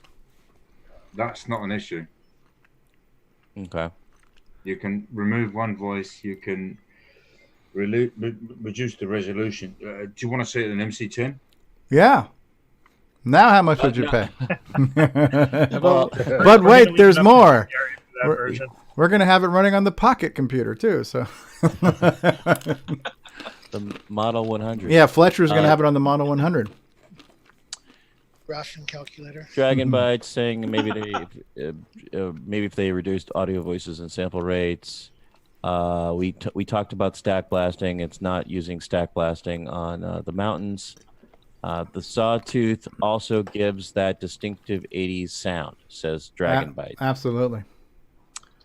So a couple other questions in the chat. Who is shooting that arrow, and does it get you anywhere? Do you go anywhere? So just have to wait on that one. I purposely left it where the arrows are kind of the last obstacle, and you don't know where they're coming from yet. Okay. So that's something to be discovered. Yes. Okay. So it might not be using stack blasting, but it might be having a blast with the new math tutor. Cool stuff. Well, man, great stuff. Now number one, thanks guys for doing this, and also, I had been given a game to preview before that I dropped the ball on. It came from Matchy. Matchy had sent me something in a Facebook Messenger, and I forgot it because that's not where I usually process things to do. I don't process my to-do list from Facebook Messenger. I usually look through the Discord channel. So that one got lost in my to-do list. But that was one where we've seen the video for it, where it's the guy that jumps up through the clouds and stuff like that. So we did have one that I should have probably debuted, but I dropped the ball on that one. So I wanted to say, number one, Matchy, thanks for sending that to me, and number two, sorry for never getting around to actually trying it myself. But the benefit of this one, at least, was Paul reached out to me through Discord, which I am a little bit more actively looking through. I look at Discord throughout the week. Discord is kind of my inbox and my to-do for the show. That's just how I process things to do, how we've been communicating. So Paul reached out to me in Discord, and then we spoke on the phone, and we kind of planned this today. So I would just say in the future, if somebody would like us to debut something of yours, which we would love to, we would love showing off stuff, then the best way for me to keep it consciously in my mind would be to communicate with me via Discord, and also it would be helpful if we're going to debut your game, it'd be helpful if we could talk to you as well. So for future people, we'd love to have you on, not only to show off your game, but to hear from you, the behind the scenes and stuff like that, the story. So cool stuff, man. Thank you so much, Paul and Simon. And Simon's been helping out so many people. I mean, there's a long history of Simon helping people create games that made it to the market. One of the first ones I remember was you helping Lee Patterson with Bouncy Ball. That was my first CoCo Fest back in 2016. Yeah, so, we took it from 6 frames a second to 50 frames a second. Yeah. So I remember you helping Lee Patterson and Bouncy Ball, and then obviously you've helped Paul Thayer with Timberman and possibly other projects he's working on. And now you've helped Paul Fiscarelli. I'm seeing a trend here. Pauls. You're helping Pauls. Do you have to be named Paul to get help from you, Simon? No. One of my middle names is Paul. So yeah, that's cool. So thanks for sharing that. And for people who've possibly asked me to show off something in the past, if I did drop the ball, which I have dropped many balls, I don't do them on purpose, and I apologize. But really, moving forward, the better way to remind me to do things is definitely in Discord. And we do have a CoCoTALK lobby channel where anybody can throw in a suggestion there in the lobby, or news topics and suggestions. So there's ways to reach out to us. So excellent. Anything else we want to talk about that? Any more? I'm going to put my hand up once again, and like I said, guys, if you want to, we get in touch during the week or something, or in the next couple of weeks or whatever, and I'm up for doing some custom music. Yeah, please get rid of London Bridges. Give them anything that will replace London Bridges, David. Not a fan of that track. It just doesn't match dinosaur stuff. David, get hold of me. Yeah. Yep. Get hold of me. What's the best? I'm usually on Facebook. He's right? He's on Bookface. Something that would tie Arizona and London Bridge is the London Bridge is here in Arizona. Some rich guy took it down and brought it here. Really? Yeah. Richard McCullough, president or owner of the McCullough Chainsaw Company. You know how I know that? How do you know that? Because I used to work at the Lake Havasu Marina during the summers when I was in college. Well, there you go. Very cool. Proof. Great place to work when you're in college. Have you seen the bridge? No, I used to have to drive across it every day going to work. Oh, cool. Very cool. They didn't even know. So Paul Shoemaker says he's got to go. Thanks for being here, Paul Shoemaker. So yeah, we'll make that disk image available on iamacoconut.com and on 8bit256.com. So yes, you should put it on. Can you just try to do a directory without using SDC Explorer, just to show you another? Oh, sure. Let me switch it. Let me switch over. Just do a number. Yeah, hold on. I got some weird stuff going on here through my captures and splitters and stuff. So I've got some screen manipulation to do here. So bear with me just a second. Okay. There's enough tricks in this to you can't reset it. You've got to power off. Yeah, I'm gonna do that right now. Okay. Every nasty trick in the book. Okay. So, Simon, we're not going to reveal too much. We got to let people figure out some things on their own. Yeah. But just have him do the dirt. Okay, so what I'm going to do is I'm just going to mount it first, and then I'll break out of this. Yeah. Ah, I forgot there's no freaking key repeat in MS-DOS. Okay, here we go. Where the hell did it go? Dino run. So was it Shift M? Just escape. Okay. Oh, look at that. It says Dino run in the directory, too. That's cool having a little the dinosaur in the directory. The little dino in there. Yeah, that's cool.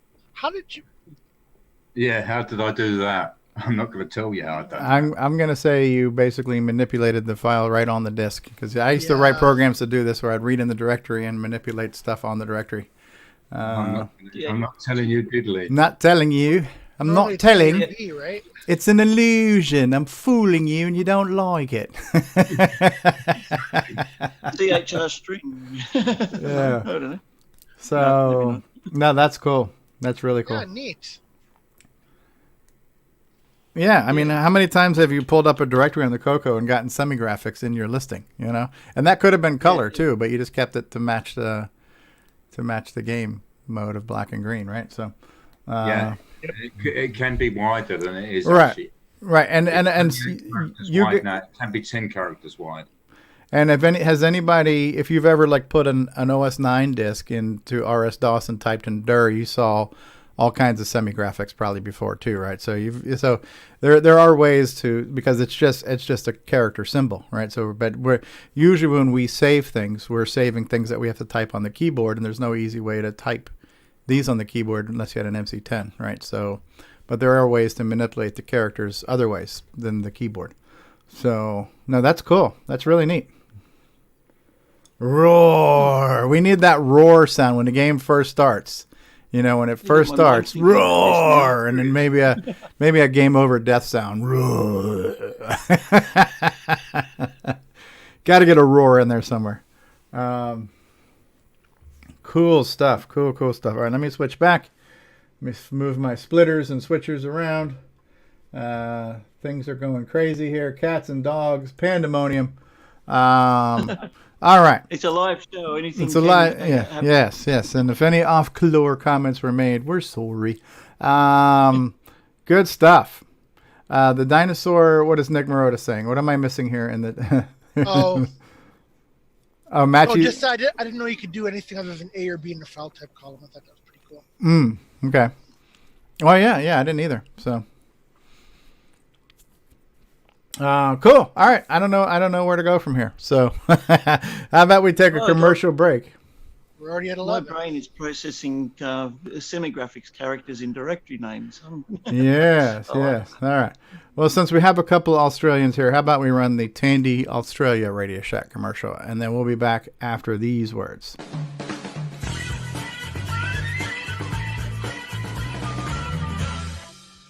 Radio Shack, America's technology store. Right! This Christmas, Tandy has a very special offer. A family color computer pack to take away at a very special price. This family computer comes complete with software and costs an incredible $449, a saving of $241.69. It's powerful, educational, and ideal for the young and young at heart. The easy way to start computing. The Color Computer Family Pack from Tandy. Get it while it's hot. Tandy, the biggest electronics store in Australia.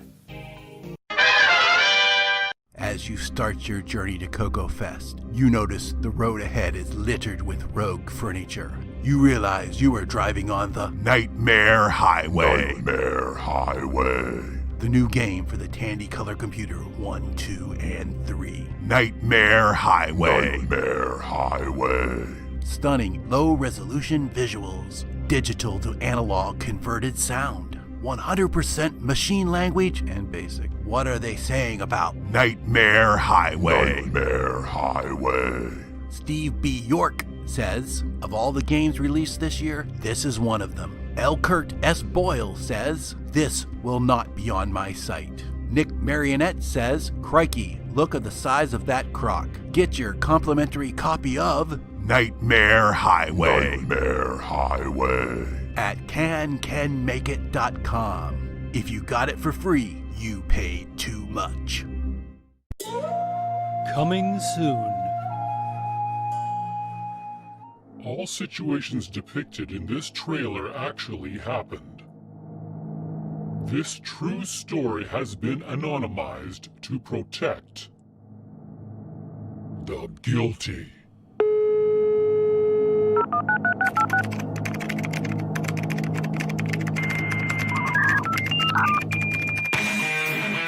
Starting in the dead of winter, a group of bored teenagers blew stuff up, learned code cracking, learned phone freaking, hijacked and hacked. No system was safe. No one could catch them, or so they thought.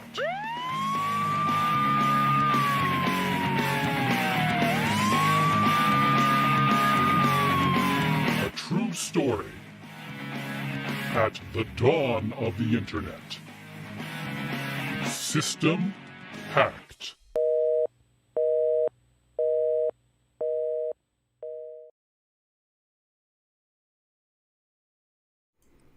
All right. Well, I think we're back.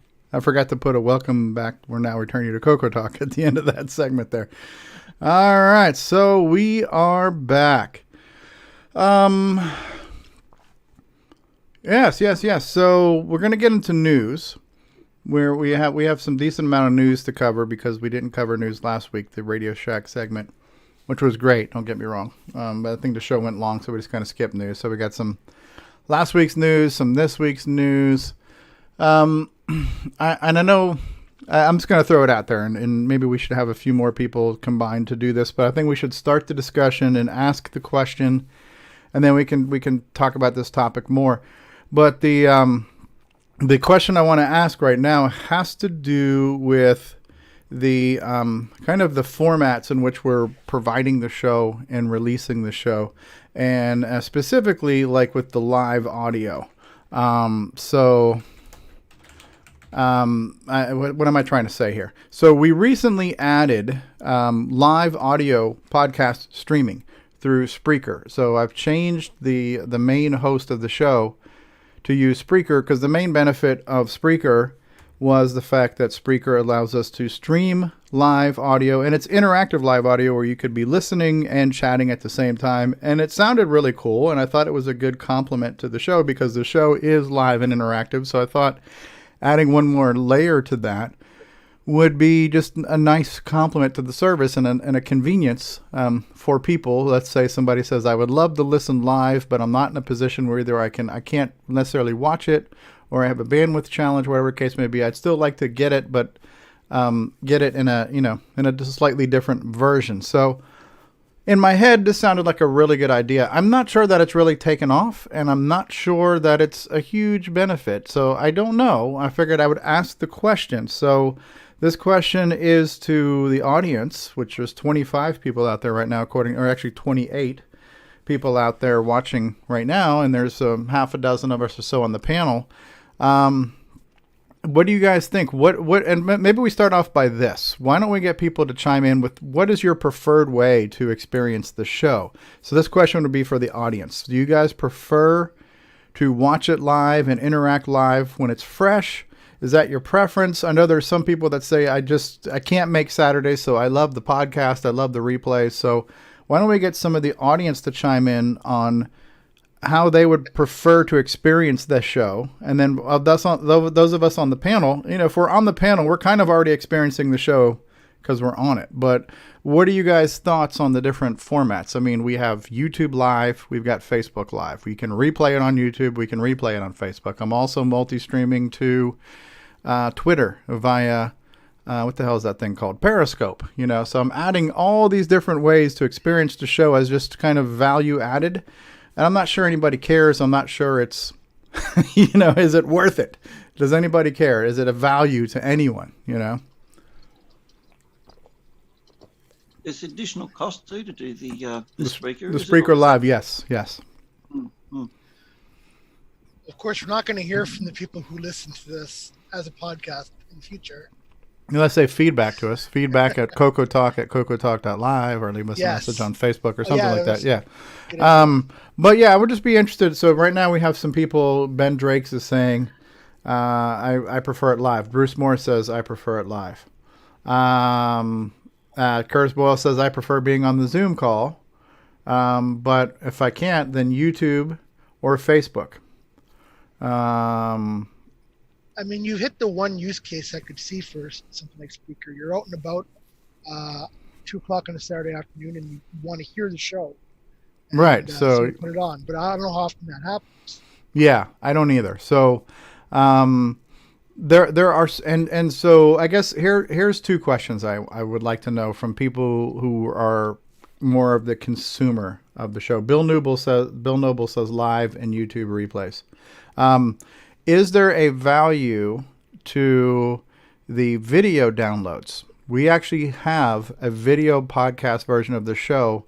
To my knowledge, that video is only available via iTunes, and I'm sure iTunes is probably the most popular way to experience podcasts, but there's many other ways to experience podcasts. So I don't think any other podcast player plays video podcasts other than iTunes. So we do have video podcast replays as well. And the idea behind that was, well, if you have a bandwidth issue and you can't stream it, you could download it to your device, bring it with you, and watch it offline, things like that. So, we have lots of ways for the show to be enjoyed. I'd kind of like to know, are we doing too much? Am I spreading myself too thin? Are we oversaturating it? What do people want? What do people need? Things like that, It's the other question too. Is if Spreaker is not something that a lot of people are using, and there's not a lot of value in continuing with it, those financial resources can be put into other areas. Yeah. Right now, I don't think Spreaker has caught on, but I also realize I don't promote it as well as I should. Probably every show at the top of the show, I should say, hey, by the way, we are also streaming live on Spreaker for your listening pleasure, or for people who listen later on, remind them, hey, we're also available live on Spreaker if you want to listen live. It's just, I just wonder what the overall value of it is. Ken Reichert saying he plays it on Podbean, right? So with the Podbean app or the Podbean website, which was our original podcast hosting, that was another way to get the video. So Podbean, you can play the video. I think you can actually download the video straight from Podbean too, just as an MP4 player. So you could stick it on anything, a flash drive, a laptop, a tablet, whatever the case. Yeah, I actually used Podbean before I started getting involved on the panel. I actually downloaded Podbean and was using that a little bit, and I did actually download a couple of episodes using it. So, yeah, you can do that, and you can transfer them to whatever you want, USB stick, another computer, mobile right. device, I would say, since we're small beans, we should broadcast as much as we can, however we can, until we kind of catch on. And then once we have a large scale of people, you could probably scroll, back it down to just a couple things, and then they'll find us because we're well known. But since we're not well known, we probably should have our fingers out everywhere we can. My thought. Okay, fair enough. And Ken Reichert just said, I'm getting static on Spreaker. Yeah, and here's the challenge with Spreaker, and I had to change the way I did it. It's kind of it was kind of a hack for me to do it live today because I only have so much desk space. I usually have a separate laptop that I use to live stream the Spreaker. I've got to split my audio, run it to another laptop, and stream it from there. Because I've got my CoCo 3 on the desk, I tried doing it straight through the same PC, and I tested it before we went live. It seemed like it was going to work. Apparently, it's not working. The audio is not working, so I've actually just killed Spreaker right now. But usually, when I do Spreaker, I'm using a separate computer, and that seems to make it work. But that's also an extra piece of equipment, an extra layer of complexity, and it's a situation where, let's say, if Mark Bosley is going to host, I don't even want to try to go through the process of figuring out a way for him to stream it, because he's already got enough on his plate. You know, I mean, I've invented so many wheels to do this show with 3 screens and all my setups in ways that work for me. I don't expect everybody to jump through as many hoops as I do for the show. And like when I'm doing the Spreaker now, I've got a laptop, so there's actually a 4th screen and another device on my desk here next to me to do it. But if people like that and benefit from that, and you know, I don't think the Spreaker is a bad idea. I just don't think it's caught on. But I don't know the overall total weighed value of it, of getting it live versus, you know what, I'll hear it Monday. You know, I just don't know, you know, so, and there's a lot of people chiming in. So let's go back and let's look at some of the responses in the chat here right now. So yeah, D. Bruce Morris says, I prefer YouTube. Explore VR says, I have Spreaker installed, but I haven't used it much because I'm usually on my PC. But you can actually listen to it on a website too. So there's a link in the description of the video where to listen to it live, although it's not working right now.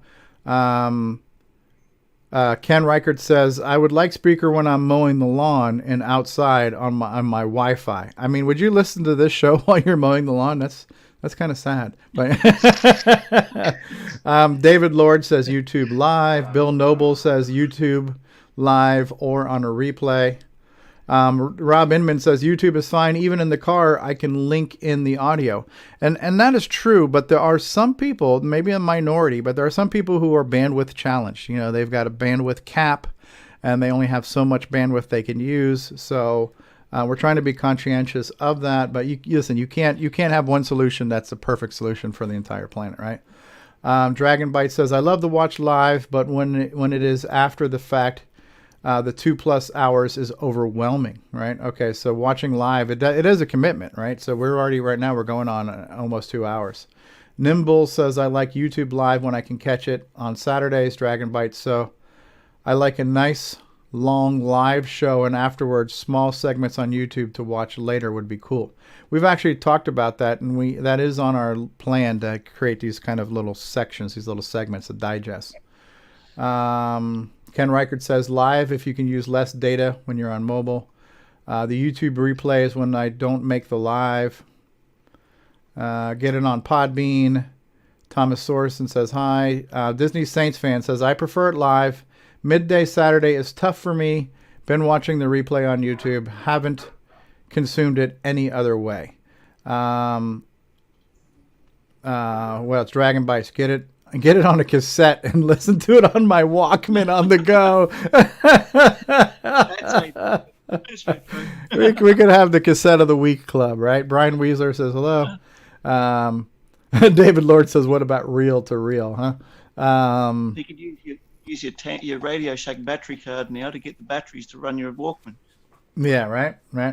I don't know. So I don't know that there's a single best answer to this. We have experimented with the time, and we've kind of come back to this 2 o'clock Saturday because this seems to work for most of us in the United States. It seems to work for the UK. We got a couple of Australians crazy enough to join us at 4 in the morning in Aussie time. So it's been hard to pick. It's been hard to pick the best time. And it's also, Curtis Boyle says, for live, remember on YouTube you can change the settings to lower resolution and save on bandwidth, even with video. Okay. That is true.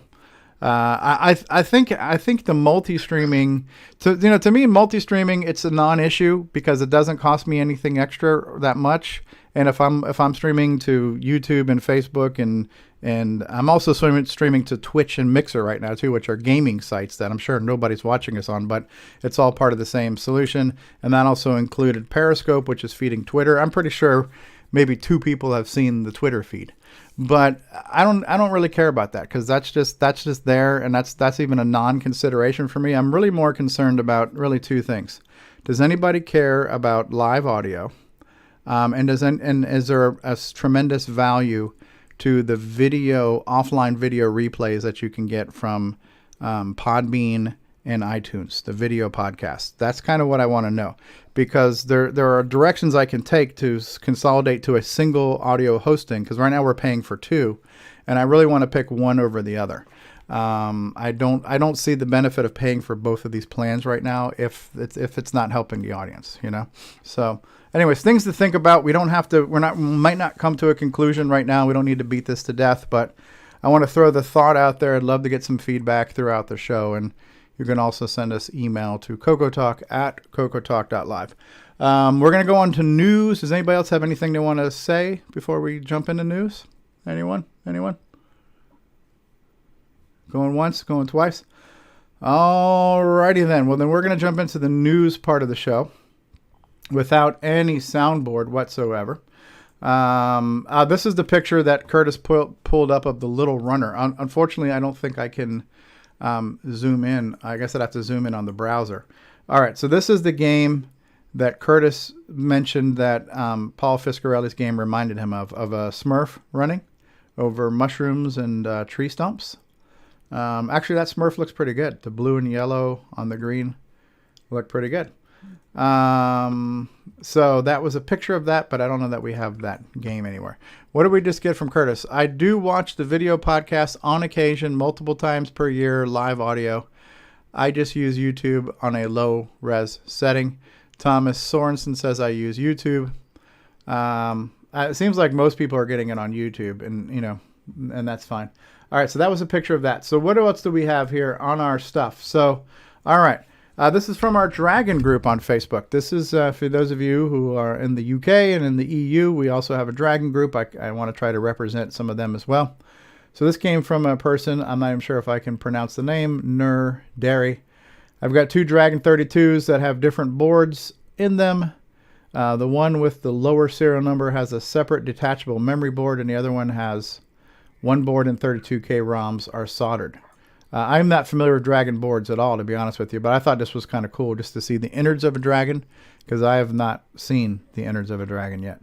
So here's one board. Look at that whole power supply thing back there. That's fairly bulky. Those are our serial ports, our RS-232, things like that.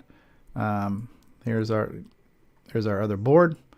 So, yep, I just thought that was kind of, look at that little memory piggyback board. That kind of looks like a Boomerang or a Triad or something, huh? Where that memory's kind of stuck up on there. That's kind of cool. Yeah, I'm not that familiar with the Dragons yet. I've got one. I've got the US Dragon, but I haven't really cracked mine open yet. Anybody familiar with these boards or the variations of the Dragon boards? Nope. It's interesting. The memory board on it looks like a hybrid between a CoCo 1 or 2 design and a CoCo 3. Yeah. CoCo 3's got 512 expansion sitting up on top. Yeah. I thought that was interesting. Hmm. Cool stuff. Lots of cool stuff on that Dragon board. Here's another one. This looks like a problem that could be RAM or CPU or VDG. So anyone got this screen before? And we got some people chiming in. Could be RAM. Try typing motor on and then listen for the click if you hear the sound. To test the CPU. Oh, Richard Atkinson says the Dragon was going to be a 16K machine. The original board was laid out for 16K. Okay, so that might have been an older one. All right. So, yeah, so this right now, I don't know a lot about hardware, but this could be a VDG problem. This could be a RAM problem. This could be a CPU problem. Those are the common things that affect that, right? James Differendaffer says it could be problems from the ROM left over. Could be bad RAM. I don't know if you got an answer to that question, but these are the things that happen out there on Facebook. People post pictures and hopefully get some help on that. So that was some stuff going on in the Dragon group here. Before I leave this group, let's see what else is new and exciting in the Dragon group right now. I've made some progress. Okay, so he's got a second picture where he's gotten rid of the patterns. Now he's just got a single color. Okay, so that's good. So that could be RAM. Okay. Cool. This is in the CoCo group. Okay, hi guys. I've got a monitor, 1084 that shows magenta background, and then I turn on the CoCo 3 when I turn it on. So when I turn on my CoCo 3, I'm getting a magenta background. Is this easy to repair? It's not the CoCo 3. I have another monitor, and the display is fine. So this is a Commodore monitor. I'm assuming is composite. It looks like the screen has an issue with the monitor. Okay, I don't know that we got an answer to that question here. I made a few replies in that topic, and So this is qualified. a composite monitor, right? This Commodore screen. They're composite, but inside they've all got RGB going to the back of the picture tube. It's a predecessor to S Video, the Commodore. So they probably has it may have a composite, but it may also have that Commodore connector, which is basically S Video before S Video came out. Oh, okay. So we're not sure how he's connecting to this then. So I thought he mentioned in there somewhere too that it was doing it with the magenta screen without the computer turned on, or maybe I'm wrong there. But so it's the monitor itself. He's saying it's not the CoCo. If I plug a different monitor into the CoCo, the screen is fine. So this screen has got a magenta screen. So now really the question is how do I fix a magenta screen? It's not really a CoCo question. It's more of a CRT question. All right. Yeah. Yep. Okay. Yep. And so, yeah, I don't know how to answer that question. You said you gave him some feedback there, David? Yeah. I used to work as a qualified TV repair tech, and that looks like either a screen resistor fault on the back of the picture tube, on the back of the neck board. Okay. Sometimes they can have dry solder joints on them, and one of the colors can rise up in level, and you can get an effect like that. So yeah, a few of us were talking about that, suggesting that would be a good place to look, resolder dry joints on there, and see if it comes good after that. Okay, cool. So that sounds like a hardware question. Now this I thought was interesting. So Sheldon McDonald posted this. I think this was posted last week. So if you guys are familiar with the game Chopper Strike, he's got it now on a ROM cartridge. And what is the subject of this post? The subject of this post is I was doing some testing and I found it was just as easy to put machine language based games from Disk Basic to EEPROM using almost the same copy ROM to memory first and then exec it as you do with the basic EEPROMs. So I'm wondering if anyone is interested in such a tool that rewrites your bin file to flash and then load it from cartridge. Currently, it needs to be less than 16K. It could also write a loader for bigger bin files to use the Game Master cartridge EEPROM. Does anyone want to expand their cartridge library? You know what this made me think of, honestly, is that we need a solid user-friendly tool for the CoCo Flash, that Jim Brain's product, where you have all these banks of memory where you can load stuff into there. So he's come up with a way to take games and convert them to run off of basically a cartridge image. And I'm assuming this is picture as a cartridge where he put Chopper Strike on there. So it's kind of cool that you can take a program and make it boot from ROM. But to me, I thought it would be even cooler if we have this holy grail solution for the CoCo Flash, where somebody's made the holy grail way to just get stuff on the CoCo Flash real easy, you know. But has anybody experienced this kind of stuff here? Taking stuff and booting it to ROM? Crickets? Yep. Okay. Well, anyways. Well, the SDC has slots you can. Yeah, the SDC has got a few banks where you can load something into the flash on that, right? Yeah. Yes. So that process could go into a bank on the SDC as well. Yeah. Yeah. So I just thought that was kind of cool. That just made me think of the CoCo Flash. So I'm hoping that someday we've got the holy grail CoCo Flash menu and loader system. All right, Mike Wilson. Hey guys, new to the group. I wanted to share my eBay find from this week. Had a CoCo 2 when I was a kid. Time to relive it. So that's kind of cool, right? I remember my first eBay CoCo. It's a nice one, right? And they got the upgraded keyboard. I don't know what the hell that is back there. Nice CRT television. Yeah, looks good. What is it? I don't know what that is in the back there. It almost looks like an MC10 thing. Okay, what is Curtis saying? While one can run most of these just fine off the SDC and have all the games on it, but one can also enable ROM double speed up poke if it's on ROM for the CoCo 1 and 2. That's one benefit to ROM, right? So it's always nice to see somebody getting back into the CoCo, right? So I thought that was kind of cool. This was posted from Mike Wilson about a week ago, and then people are responding to him, telling him about the CoCo Crew Archive and the Color Computer Archive, CoCo Crew podcast, YouTube channels, CoCo SDC, right? So people are just flowing off with some responses on things to check out now that you're new to the CoCo. So cool stuff there. Ed Snyder, I think this was posted last week, but this was a thing he mentioned where kind of similar to what I guess you did, Paul, where you're taking a MIDI file and converting it to Simon's Sawtooth. This was a tool to, I think, output to the OPL chip. That is that. Through Windows. The version. So. Yeah. And then this file would play like this in OpenMPT.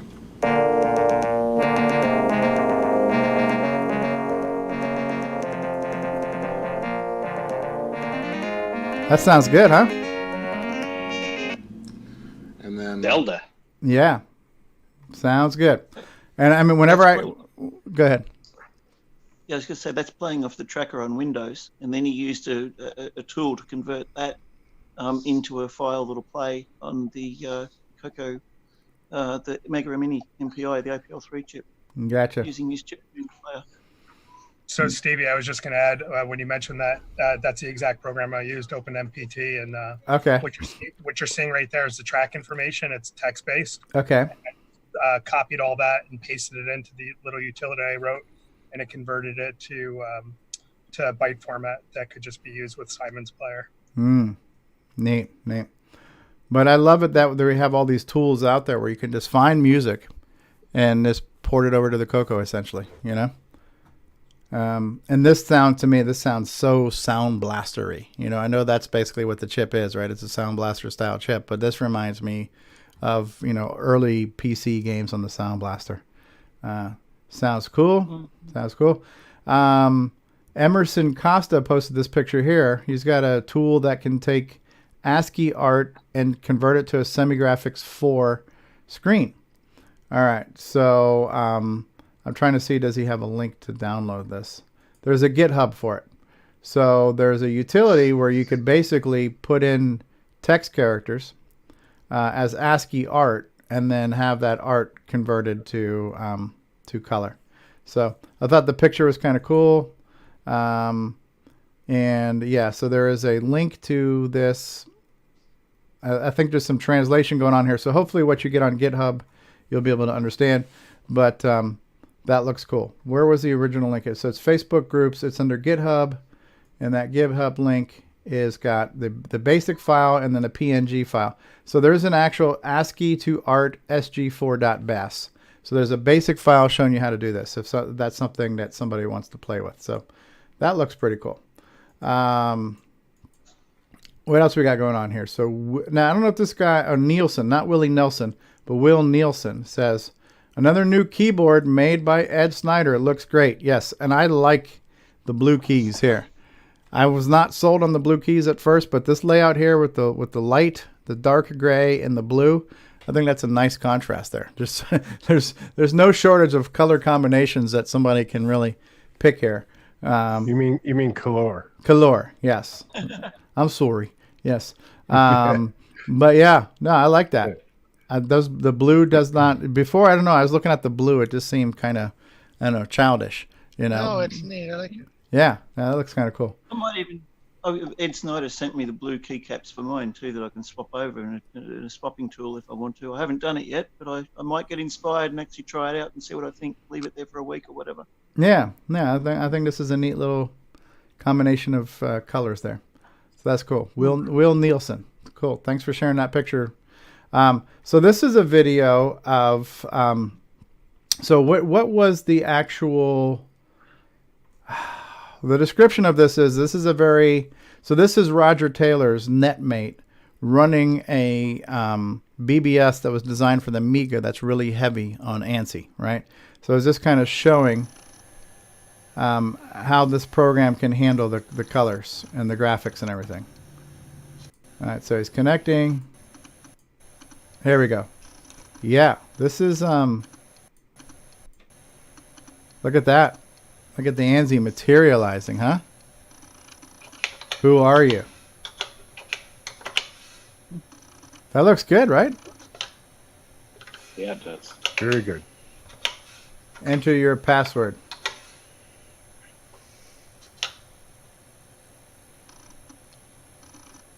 That's pretty responsive. Yeah, it's pretty responsive. And Very ANSI heavy, where you got like positions on the screen and everything else, huh? Look at that.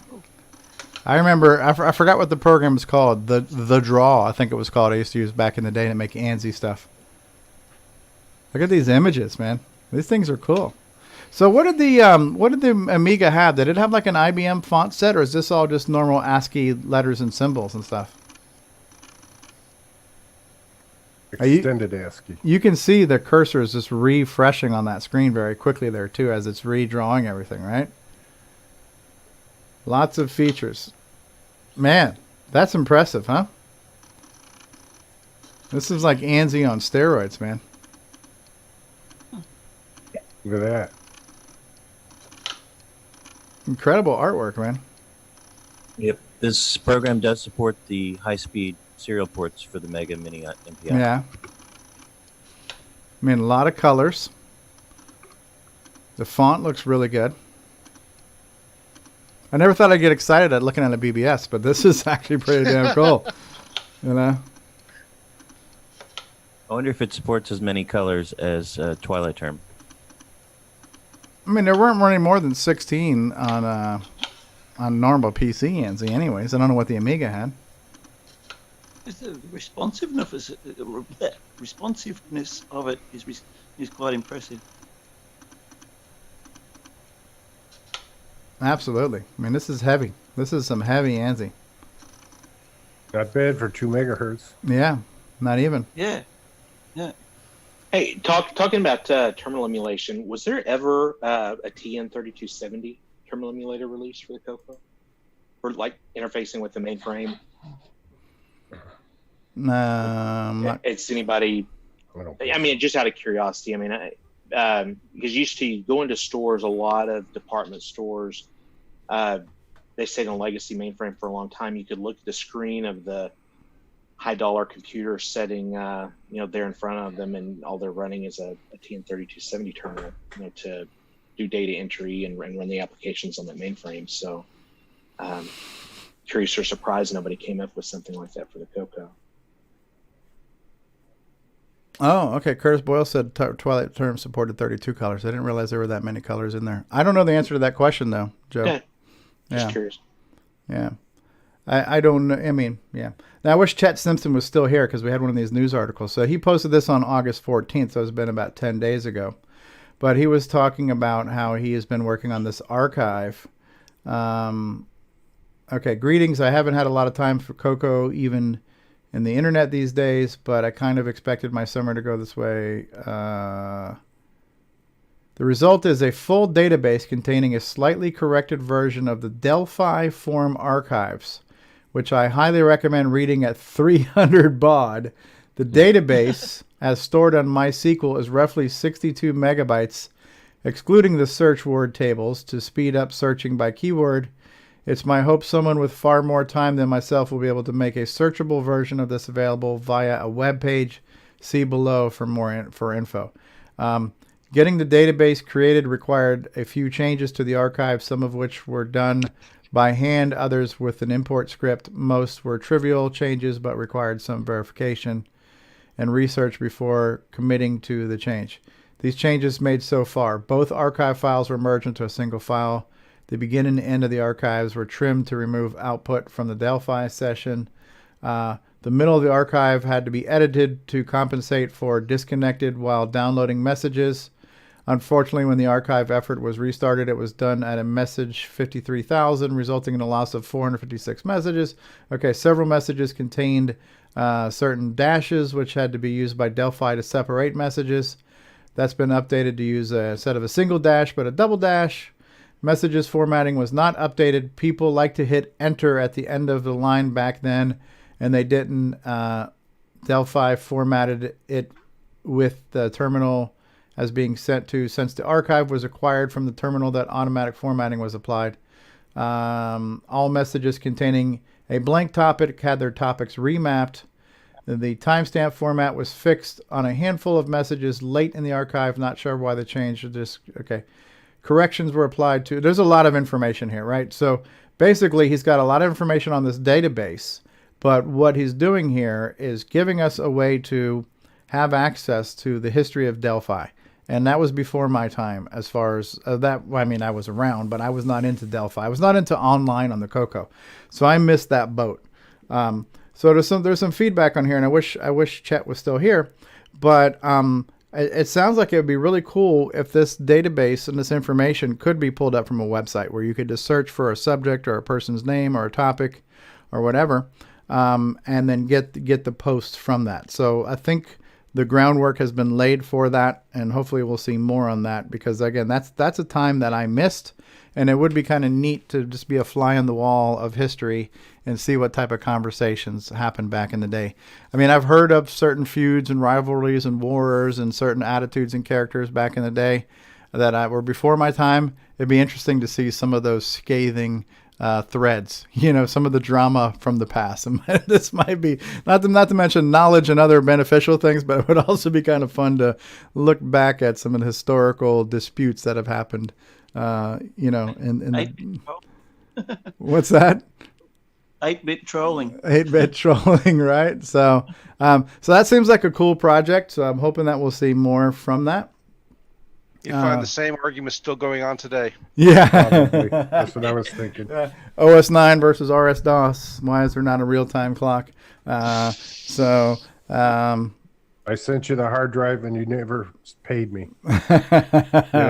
Yeah. Well, surprisingly, Jim Gary has released some stuff. This one's called Bomb Squad. I think it has nothing to do with Rick Adams or John Strong stuff. Bomb Squad.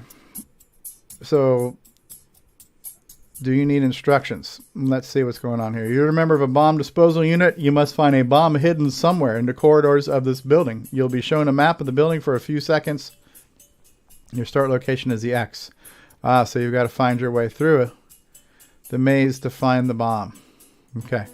So here's the maze.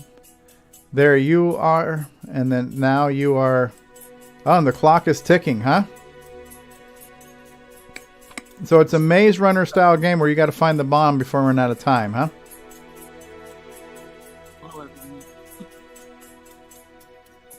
Dragon Bites is asking if NetMate supports the serial ports on the Mega MPI. I think it does, yes? Okay, what is that? You disarm the bomb. Look at that. So that's kind of cool. Another Jim Gary project. This one he posted on the MC10 group too. This one is called Advanced Lawn Mowing Simulator, right? And for those of you who are not satisfied with a basic lawnmower simulator, this one is an advanced one. Oh, did you get to choose the type of grass you want to mow? I mean, I have never heard of a lawn mowing simulator right now. I've actually done this in real life every now and then. So Sure look it you hit the house. You've been killed. I have never been killed on a lawnmower before. So apparently there are dangers with. Oh, this is awesome. That's cool. Don't hit the house with your lawnmower or you will die. There are inherent risks in lawn mowing. So, Look at the sun at the top. Yeah. It's a hot day. It is. Crank it along there. It's faster as you get more lawn mowed. Okay. So it looks like. Look at that. Boom. You deserve a corned beef sandwich. I always like a nice cool glass of water after this. So Jim Gary, been big on this. So I don't know if we had mentioned this one in the past or not, but this is, and of course I'm going to butcher the name. Let me zoom in on here so I can get the name hopefully right here. I'm zooming. So Noriko. I'm not even going to try to pronounce the last name, but she has been doing a lot of videos on long plays of text adventures. This one is Scott Adams' Grand Mystery Adventure number 7. I'm not sure if and this is being played on a CoCo 3. So I'll try to post links to all these. I didn't put them in the description ahead of time, so I don't have the show notes for this, but we'll try to get all those going. Are we talking days? This is a 20-minute video. Oh. And so it's The sign. It says the same as some of the other signs. Authorized personnel. So Okay. to go So Yeah, so it's kind of a walkthrough too. So if you found yourself never finishing an adventure game, you might want to watch some of these. So that's kind of cool. So we're seeing some text adventures, and we're also seeing some playthroughs, and it's all on the CoCo, right? This was posted by Joel Iwi and Awi. Okay, this is a short video showing strange color artifacts on my vintage MM1 computer in 256 color mode. And speculating at the moment that the cause is a bad DRAM chip on the CPU board. MM1 has 8 meg memory board, and in this configuration, I believe the MM1's CPU board is used in a way similar to chip RAM on the Amiga. So yeah, I'm not sure. Curtis posted these for me to run. I'm not even sure what I'm showing you right now. Is supposed to show There we go. strange color artifacts on my MM1 display. That looks really good. In 256 color modes. And I don't know if the video is going to show them very well. And here, under the eyes, there are flashing pixels. Also, right here on the scarf, and right down here at the bottom, those pixels shouldn't be flashing. This display mode is just a standard color lookup table. Tricks going on in this shouldn't be. Okay, so I've never seen an MM1 before, so I thought this was kind of cool just to see it. I think this was posted in Facebook, and maybe there's some comments to it on Facebook. So there are certain things that are showing up here that I guess aren't supposed to be showing up, so that's probably a hardware-based problem, right? This is part 2 to the strange artifacts. Let's see what Here's another example of strange color artifacts on my MM1. Just to show this is an MM1. Okay, what is Curtis saying? Since MM1 was one of those CoCo 4s that a lot of people have not seen, I thought it was worth seeing it. Just to show Yeah. how long it takes to decode a JPEG on an MM1 with the 6807 What's the screen that it's Is there any information on what the MM1 CPU is? Now it's going to start. I think it's a 68K. Okay. A few I think this one's a 6840. Okay. Okay, yeah, you can see how some of the pixels are some stray pixels that are just not getting rendered properly. In this picture, I think, in this video, how many of them are flashing? More strange artifacts over here. And so I think what he's referring to artifacts is not what we think of as with artifacts like with the red and blue on the CoCo. These are more like anomalies on the output. All right. So I mean it's interesting. I mean that's a pretty cool looking picture. Yeah, so the MM1 I guess was kind of like a CoCo 4 when Tandy stopped making them. There was a few, there was the TC9 and then there was the MM1. There was a few different ones.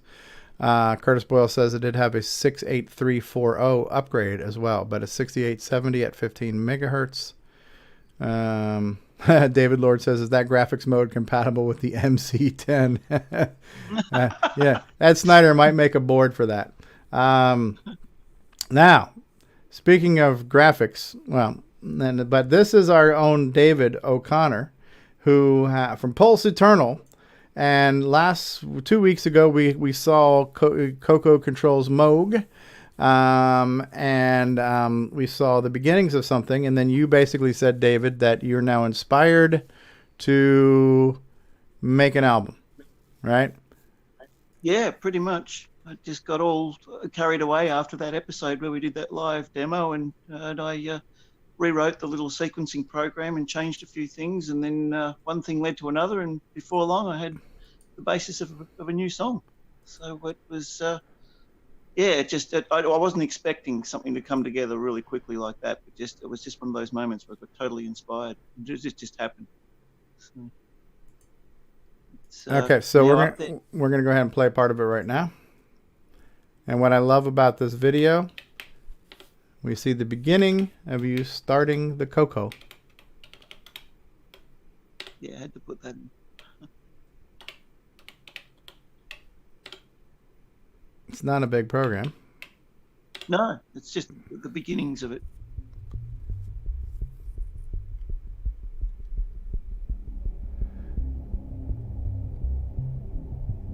And the Mirage on the bottom right-hand corner has also got a 6809 CPU in it. Ah, okay.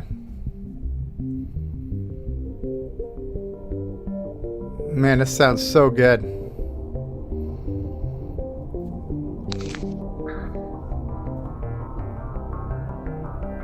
Sounds great at night in my observatory. Yeah. I mean, it definitely reminds me a little bit too of the newer Tron soundtrack.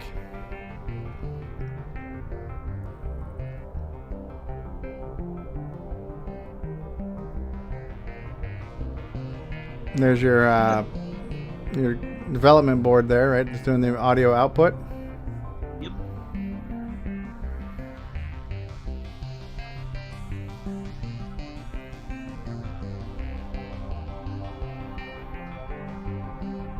That sequencer in the bottom left-hand screen image there now is being controlled by the development board as well. All the timing's being controlled by the.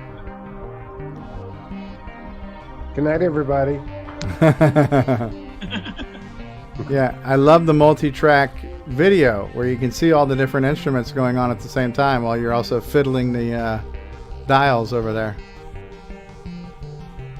Yeah, I wanted to sort of like people could choose what they wanted to focus their attention on every time they watched it.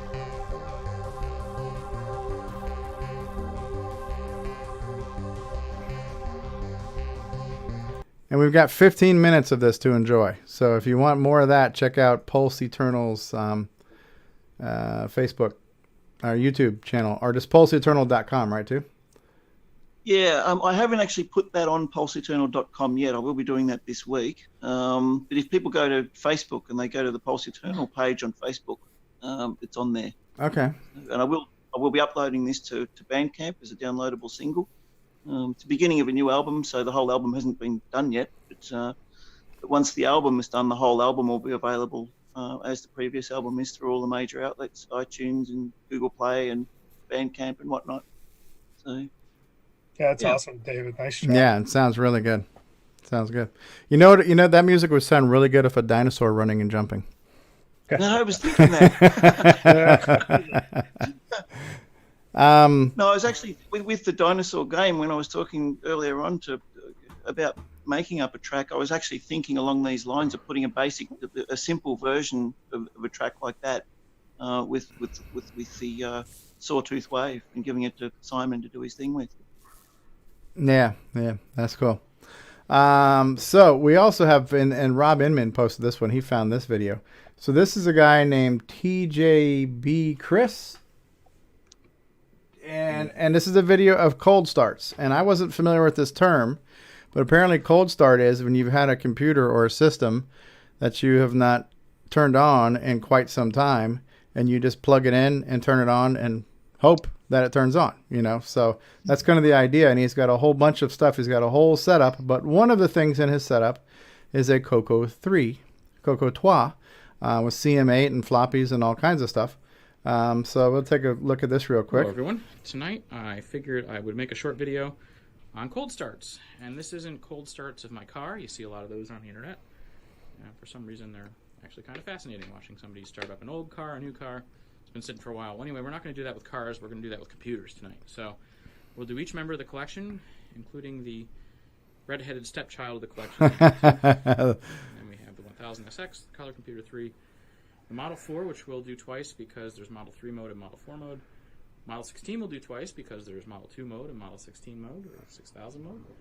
And then the 4825 and the Model 100. Wow, quite a collection there, huh? Videos before. But anyway, you'll go far. You'll go far, Fletcher. So here we're going to jump over to the Tandy side. 8-bit IDE adapter in here, so the startup looks a little different. And he's got his booting into DeskMate. It takes a while to roll through a couple of hundred megs of free space on an old machine like this. So his boots into DeskMate 3 as his kind of boot up menu system. 1000, so let's bail from that. And we can shut off the monitor. All right, and then we're going over to the CoCo. And shut off the machine. Start up the multi-pack interface. Turn on the multi-pack. Floppy drive. CM8. With a door. And color computer. Yeah. Oh, yeah. There you go. Disc There it is, extended the color CoCo 3. basic. And just Bam. for the sake of doing this, I will do the cold start routine on the machine. That's Control, Alt, and Reset. And we'll get the 3 Muggeteers, as they were commonly called. Those are 3 Microware employees. Microware systems. Okay. And then we'll move on to Model 3. ST506 hard drive emulator. A very good one, too. This even has a replacement ROM. The C-ROM has been replaced by a custom ROM that allows you to boot straight from Fred. So, LS-DOS is, well, essentially what was TRIS-DOS. TRIS-DOS 6.0, 6.1, 6.2 were done by Logical Systems. Give it a few seconds. Okay, here it comes. And we'll do LDOS. Now you'll notice the characters are a little bigger. In Model 4 mode, that was 80 by 24, 4 megahertz. Model 3 mode, this is 64 by 16 display, 2 megahertz. So this can run all Model 3 software. That beep means the hard drive is ready. Now to get it to boot from floppy control, I'm going to have to hold repeat and press break when the screen whites out. So I will do that. That sounds complicated. Hold repeat and press bake. 8-inch floppies. And apparently I missed it. Yeah, those 8-inch floppies run continuously too. There it goes. That's something, huh? I'll run that again to do Xenix, but that's unfortunate. Either way, here this goes. It would be booting off these 8-inch floppy drives if they were connected, but we're booting off the emulator. Things make some noise, man. Sounds like sounds like I'm in an airport right now. There's a prop plane out there getting ready to taxi for takeoff.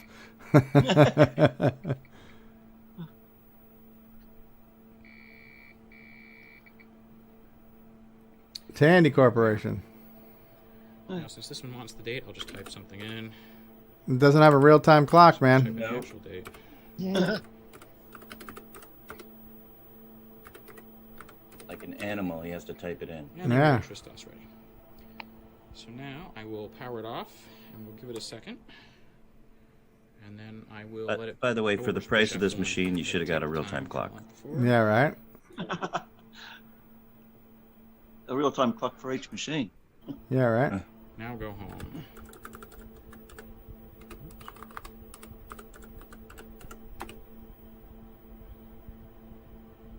System halted. Okay. Did he- Like as it would be in a home. Was this like a multimedia I've PC? changed it to just make MS-DOS the active partition. Yeah, he's So got creative CD-ROM in there. It's got quite the collection. Yeah? Yeah. It's not a sensation, but it's 80486. Okay. 40. Yeah. Okay. Hey, as Curtis pointed out in the chat, that hard drive on top of the Model 16 is the same one that would be used on the color computer. Okay. And this is the controller that would go in the color computer to drive that hard drive. Oh, Windows 3.1. I don't know how they expected it to work with a cable this long, but... If you heard me complain about not having ta-da.wave in my previous videos, well, I took care of that, so let's just... There's this ta-da.wave. Huh? Space, and we're done. That's that. And then we get to Fletcher. You'll go far, Fletcher. Probably the fastest of them all. All 100. Here it goes. Power switch on the side. We'll just flip that on. Boom. Look at that. It's on. Instant on. That's Ready it. to go. That's the Model 100. Off she goes. All right, so those are my cold starts. That was it, huh? So I don't know. Yes, I stumbled upon this guy by accident, clicking on a few things, and I don't know if he's a member of our community or not, but he knows a lot about CoCo stuff and Tandy stuff. So Yeah, well, about a lot of stuff, yeah. Absolutely. Looks like he was afraid to leave them all on. Well, he doesn't want the house lights to dim. Yeah. So that's neat. So that's retro computer cold starts. Very cool stuff. I think this was a similar video that Ed Snyder showed just on YouTube. I think we showed the Facebook version of that video. And then this is something I think that Matchy posted, which is direct multi-channel CoCo PSG, but controlled with a standard analog joystick. So this is controlling the audio by moving the joystick around, I think.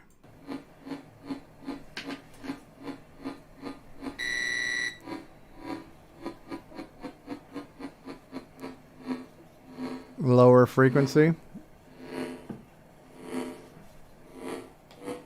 So like the pitch and the tempo seem to go higher as you move to the left. And there are CoCo PSGs available for sale on Zipster Zone. Sounds a little bit like a lightsaber or like a light cycle or something, you know?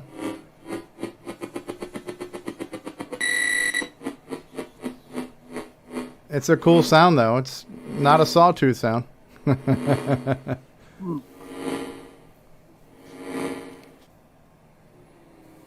Welcome to Tron. Yeah, it sounds kind of Tron-ish, you know? Volume. That's theremin mode there. Do not attempt to adjust your TV. I love the sound of this. This sounds really cool. Just imagine things like driving by like traffic and stuff, you know? So that's I actually cool. I reposted a reply to his. Let me try all that again. I posted a reply to that when he posted about it and mentioned that it would be cool to connect up an interface to the joystick port with a light sensor on it, and you could actually turn it into an actual theremin and have the CoCo acting like a Moog theremin, where you use your hands to play the instruments, move it up and down and left and right, and for volume and pitch. Yeah, didn't what's his name do that? Green Mountain Micro guy. Dennis Bathory Kids. Yeah. Yes, he had. You walk in a room and you can move your hands and stuff, and you get a symphony. Yeah. I actually experimented with something similar to that in the mid-90s. I had a lens and some photo transistors and some lights, and I had it all connected up to synthesizers back then, and you could move your hands about and control the synthesizers just by moving your hands. You don't need to do that again. Didn't Spock play one on Star Trek? What was that? I think Spock played one on Star Trek. Oh, theremin. Yeah.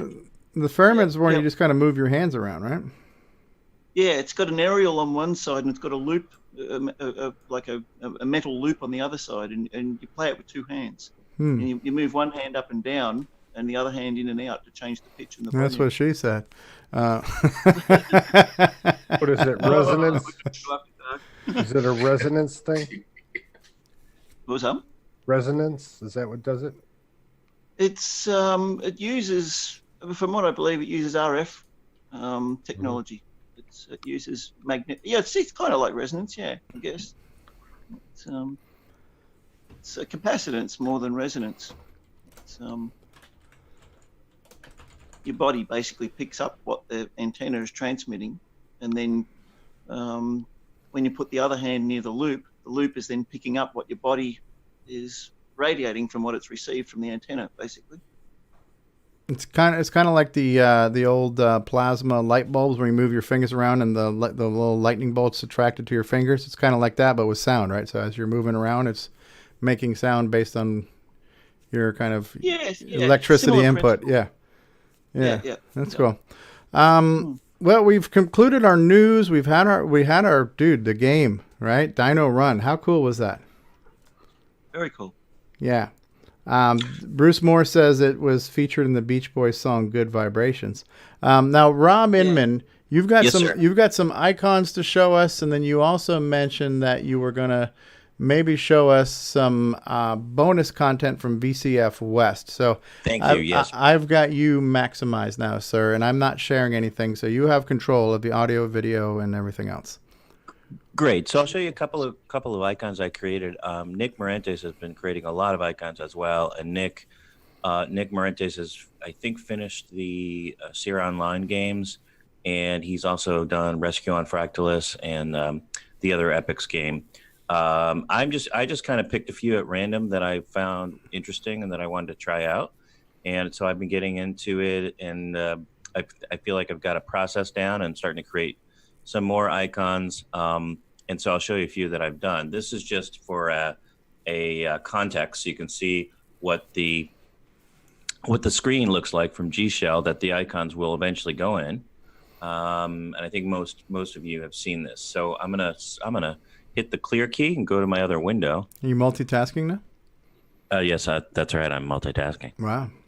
We'll explain what multitasking is to the Commodore users and the 650 people later.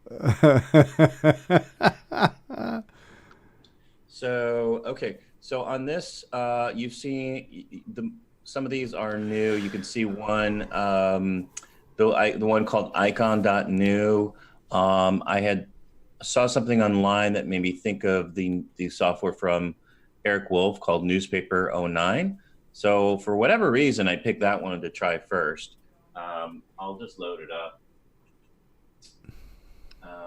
And then I started doing a few others. So anyone can do these. There's no, like, you don't have to apply to become an icon creator for ease of use, the ease of use product. Okay.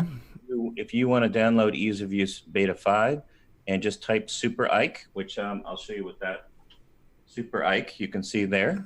Okay. Just type that from any window and you'll go right into the icon editor and you can start playing around with it. So if you get a good idea, or there's kind of an obscure OS 9 software that you want to create an icon for, or you just want to do one for fun, you can just go in there and post it to Discord so we can all take a look at it. And anyway, that's available to anyone. So this is the icon editor for the newspaper. You can see the smaller icon where at least what I was trying to do is get the newspaper to look like it was folded over. And okay. And I mean, it is what it is, right? So I'll switch over to load the other icons here. So it's going to read all the icons in the directory. I don't need to go through every single one, but I will show you a fun one that I did here. Now, if anybody really wants to see this process, they can subscribe to your Twitch channel and have you live stream this. Watch you live stream your icon creating. Oh, yes. I was live streaming. I was live streaming icon editing for hours. I had no viewers. Amazing. But Marco and I think a few other people, Tom C, joined out of pity.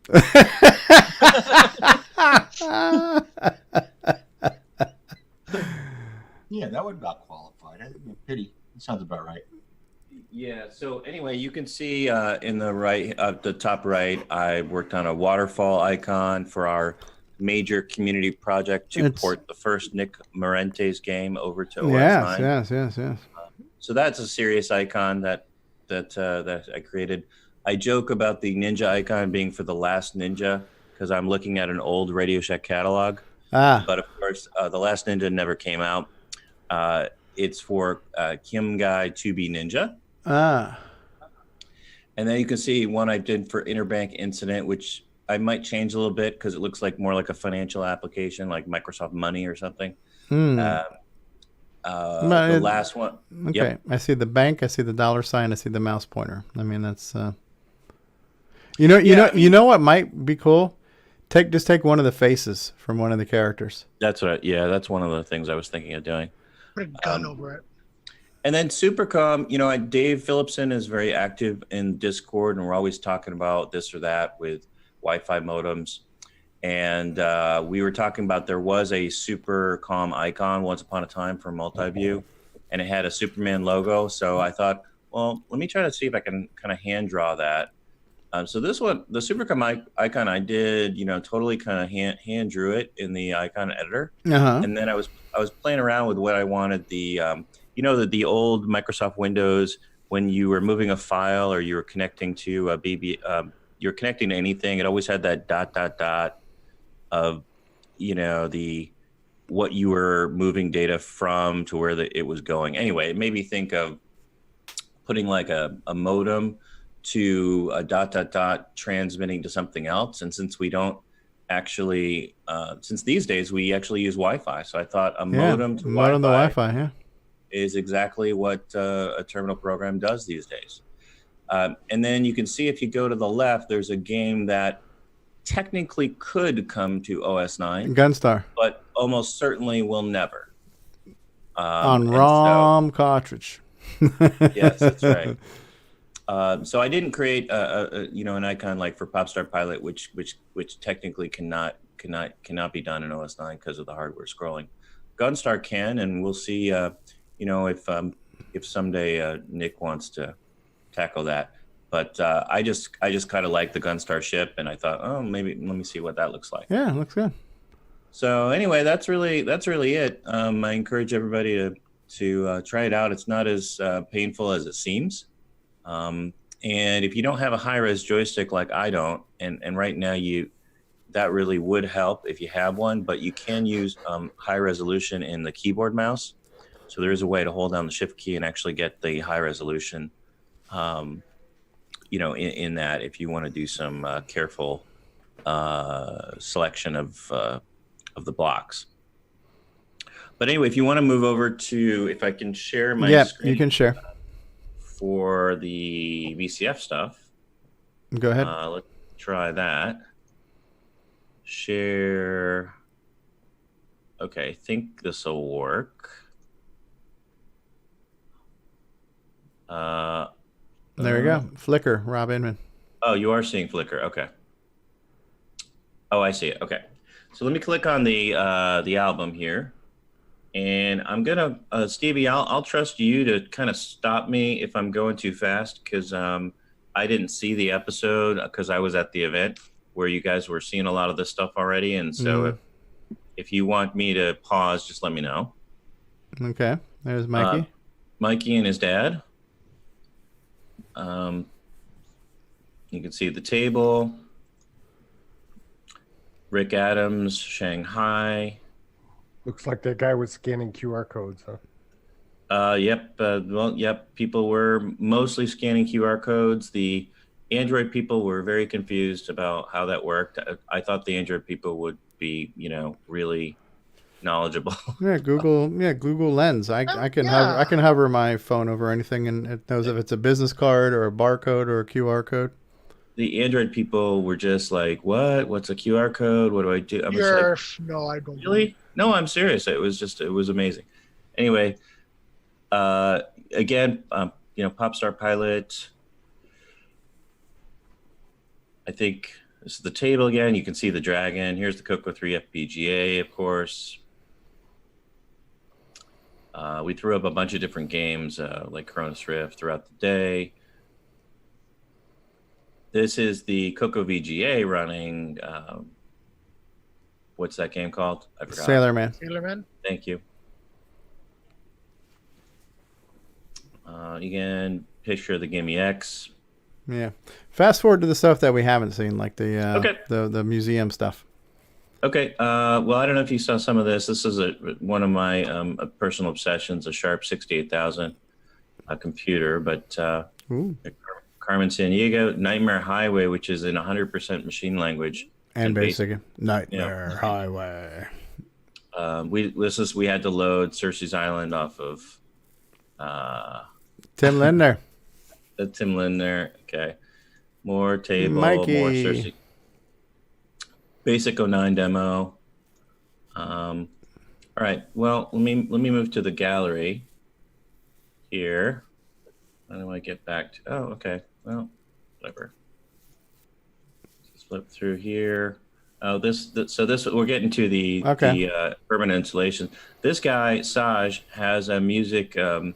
He's a music creator, and he was asking about how do you create music for the CoCo, and I talked about David O'Connor and the CoCo PSG, and he was very interested in the chip and how all that would happen. So anyway, I'm going to send him the link to the other episode from a few weeks ago with David, where David was doing all of that musical stuff. So now you know PDP-1.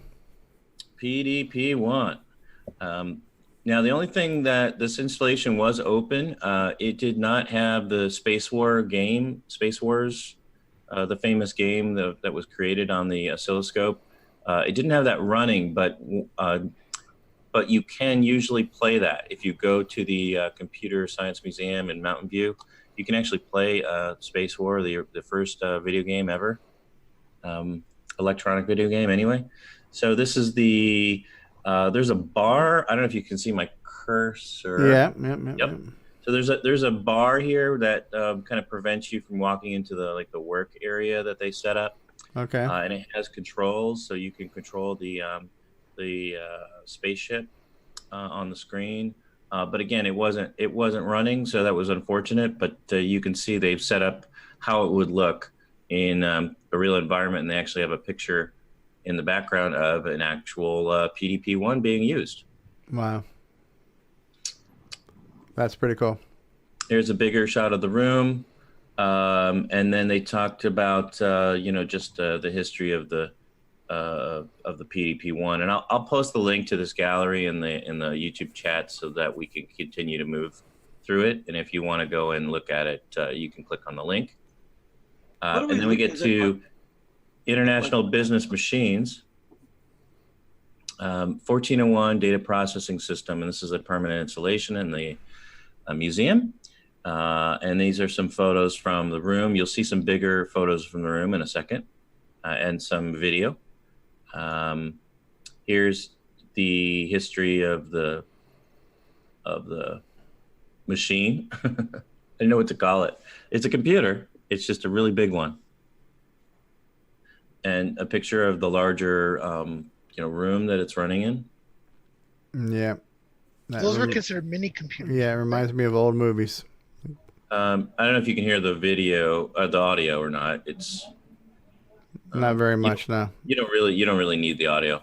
But anyway, what he's doing here is he's printing people's names on the plotter, and he's doing that by feeding in what do you call punch cards over on this side of the room. And this is, if you couldn't, believe it or not, this is a portable card punch. So, if you wanted to just kind of put this in your suitcase, you could punch cards. So, pretty portable. And this is a bigger view of the tape drive, a little bit bigger than the CoCo cassette drive that we're used to. The printer, and you can see the portable mechanical punch card. Just take it on the train. Just start getting your card. What's that? Like Fletcher with the Model 100. Yeah, no, Fletcher was around a little bit earlier. Now, were all punch cards manually generated? There was no computer generated punch cards? That's not. I don't know. Well, it seems like that would be subject to human error then too. Like if we had to punch in the information in the punch card and somebody made a mistake, you got garbage in, garbage out, right? That's how you coded, though. Yeah. You coded with punch cards. Wow. I don't know if you could get. I guess you could get programs on punch card, but I think most of the time you had to enter it yourself. Wow. You wrote programs on punch card. Like COBOL was punch card oriented. Different columns mean different things. So anyway, this is a punch card sorter. Wow. Have a lot of them. This is the sorter again. So I guess you feed them in here and somehow they end up in the right bins. I don't know how that works. Interesting. Anyway, the outside sign, and I'll flip through these very quickly. Did you see some of these? This is the one of the British computer makers. This is the Spectrum exhibit, I think. That's a Sun Microsystems. I work with some people on my Oracle team, so I was taking pictures of the Sun stuff. Hypnosis by Relay. You love your job. You love your boss. You are overpaid. Vote for this exhibit. And anyway, I'm going to fly through these. Mikey, back to the CoCo. Kids, somebody's thigh. I think. Oh, this is Digger 3. Somebody tried the Batcave, which I don't. Do that carefully. It's a This was an Atari. He took it out to show the 1 megabyte board because they had a sign like crowing that the Atari was running at, I don't know what it was, 14 megahertz or something like that. But it really doesn't. It runs very much like Sockmaster's 4 megahertz upgrade. Really, only certain things that can get past the bus can run at the higher speed, and the rest of it crawls back down to normal speed. So shame on you, Atari people. And then I'm getting one of the reasons I wanted to show this set is because I think you were playing an interview with the Arduino guy. Yeah, that's going to try and get that for next week. Yep. So this is his booth. Okay. And these are some of the devices. I think I have a couple of photos of the like the form where you can kind of order them. I know that this photo is a little bit blurry, but you can order 6502s and 8080s and 6809s and Z80s. Here you go. You've got some. You got an 8031, 8085, 1802, whatever. And it's got the real CPU on there, right? Yes. Okay. Well, I don't know. Are these are on the Arduino? I don't know how it works. Just one of your Tony Capolini. Yeah, I've actually got a slideshow from the guy that he sent me. I've looked at it, but it's a little bit over my head. So. Okay. Well, anyway, that's the guy. Okay. And you can see it. You can see this closer now. It connect 8-bit microprocessors to the Arduino microcontroller system. It emulates the ROM, RAM, and the I/O. And I guess we're going to talk about that more next week. But here's more information about his goals to make a PCB for every 8-bit processor. Anyway, if he's coming on next week, we can talk about it then. Yep, cool. Cool. Xerox, the first mouse. This is the mouse that Steve Jobs famously visited and decided that would work really well for him. And Xerox made the first GUI too. Yep. Oh yeah. If you want to see there's a Xerox Star. That's a later. Yep. This is an emulator. Yep, of the Star. Yep. Software. Windowing environment. Yep. It's all the spectrums you could ever want were there, or need. More speckies than you could shake a stick at. Okay. And this was the OS 9 guy. I think we were trying to get him. There was an OS 9 level 1 guy there, Grok. I think he joined the Discord server. Anyway, he knows a lot about OS 9, and I said we could really use your help. So anyway, he was very excited. That was him on the right. Okay. Knows all about OS 9. You saw the Apple ones probably ad nauseum. We don't need to go through that. And this is from work. So let me just, I don't think there's any, here we go. Apple one. We go back to the album. Oh, I did. You know what? I'll show that these two are from work, but then after work, this was the same. Like a 5-day trip. We went to something called the. Now I'm in. You've got to travel with me here. We were in Mountain View, and now we're in Schaumburg, Illinois, outside of Chicago. But we were at Pac-Man Entertainment. I don't know if people in the Chicago area know about it, but it's a pretty cool space. Here's the opening view of Pac-Man. That looks like the one from Pixels. Mm-hmm. Yeah. And the history of Pac-Man is behind. And then you've got pinball machines and you've got arcade cabinets. This game was very suspiciously like a new Nick Marentes game that hasn't come out. I didn't want to point any fingers. Cheap knockoff, yeah. Yeah. And then I think we're going into more, other photos from the event. We played Super Pitfall. I guess there were more photos. Hey, there's Tim playing Daggerath like the idiot from the book. Like the idiot. Yep, let's see. We played... this was where... Simon's demo. So this is interesting, right? We were playing the demo a couple times, and I did put my hand up to block the R-rated section. Yeah. But then I was talking to, I did an interview. You wouldn't know it because we weren't able to capture it on audio. But I did an interview with Bill Hurd, the creator of the Commodore 128. Wow. And I wanted to show him what the CoCo could do without any kind of sound chip.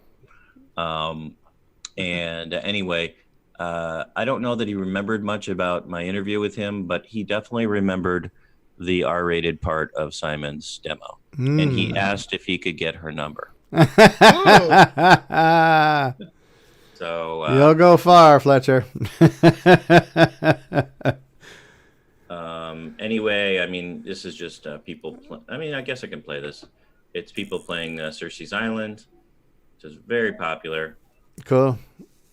So I'll stop that, and that's this guy. I've got to switch. Oh, and then I was walking around and doing other things. More people playing Cersei's Island, Plato Term, more retro stuff. But I really wanted to show you the IBM and the PDP. So I will stop sharing my screen. And yeah. I'll post the link to this if people want to look at these more carefully. Yeah, definitely. Okay, cool. So how do I stop sharing here? There's got to be a way to do it. New share, stop video. Oh, stop share. I can stop your share too. Oh, there you go. All right. Very, very cool. All right. Well, we're coming up on 3 hours. Not a bad show. Not a bad show at all. Definitely thanks to Paul Fiscarelli and Simon Jonason for giving us that world premiere debut reveal of Dino Run. Cool game, Paul. Undino. Yeah, thank you. Appreciate you letting us show it on the show today. Oh, thanks for letting us be the conduit for that. So that's very cool. We have to know, is it Dino or Dino? What do the authors call it? It's whatever you guys want it to be. I mean, it's Dino Wars, so if people want Run Dino Run and Run Dino Run. Be Dino. Very cool. David O'Connor, thank you for being here, and thanks for working on a brand new album of music inspired by the CoCo, generated by the CoCo. CoCo Music will be coming soon. I actually chose that the music spelling is actually the German spelling of the word music, and the hyphen in between it. The reason for that title was because it's a throwback to the 70s period of Berlin School electronic music, where all that came from. So that's where the title. Very cool. Very cool. And Rob Inman, thank you for being a champion of ease of use and icons and OS 9 in general. For sure. OS 9 is the future. OS 9 is the future. It's been properly designed. Right. Nick Marota with your Color baseball in the background there. Thanks for being here. Cartridge. Thank you. Yeah. Always my pleasure. Dave Phillipson says he's got to go mow the lawn now. All right, Dave. Don't eat the house. Yes. For real or the game? Yeah, the advanced lawn mowing simulator. For those who are not satisfied with the basic simulators, there is an advanced one. Mark Bosley, thank you for being here. And everybody who was here earlier today, thank you for being here. Tom C., you still with us, Tom? Indeed I am. Tom C.'s been here from beginning to end. History might have been made. Tom C. has been on an entire episode. And the world's a better place for it. Al Hartman is back on. Al Hartman from Jersey. How you guys doing there, Al Hartman? We's guys is doing okay. All right. Good to have you back, Al. In Jersey. Jersey. Yes. All right. Yeah, where we make tomatoes and lots of other good things. Bad pizza, though. And in the live chat, we've had Mark B., Ken Reichert, Matchy has been here, Curtis Boyle, Al Hartman, Bill Noble, Ken Reichert, Rob Inman, Al Hartman, Ken Reichert, Matchy, Dave Phillipson has been in the live chat. And Dave and Ken and Matchy and Curtis and Matchy and Nick and Curtis. And Mark Overholzer stopped by. Mark D. Overholzer, Ken Reichert, Matchy, Rob Inman, Curtis Boyle, all kinds of people here in the live chat. Richard Atkinson's, I believe he's in the UK. I think he's one of our Dragon friends. And Ben Drake's from the UK. Explorer VR has been here. Dragon Bites has been here in the live chat. Who else has been here? All kinds of people. You know who you are. Thanks for being here. D. Bruce was here. D. Bruce Moore. And David Lord was here. And Bill Noble, Disney Saints fan was here. Thomas Sorensen.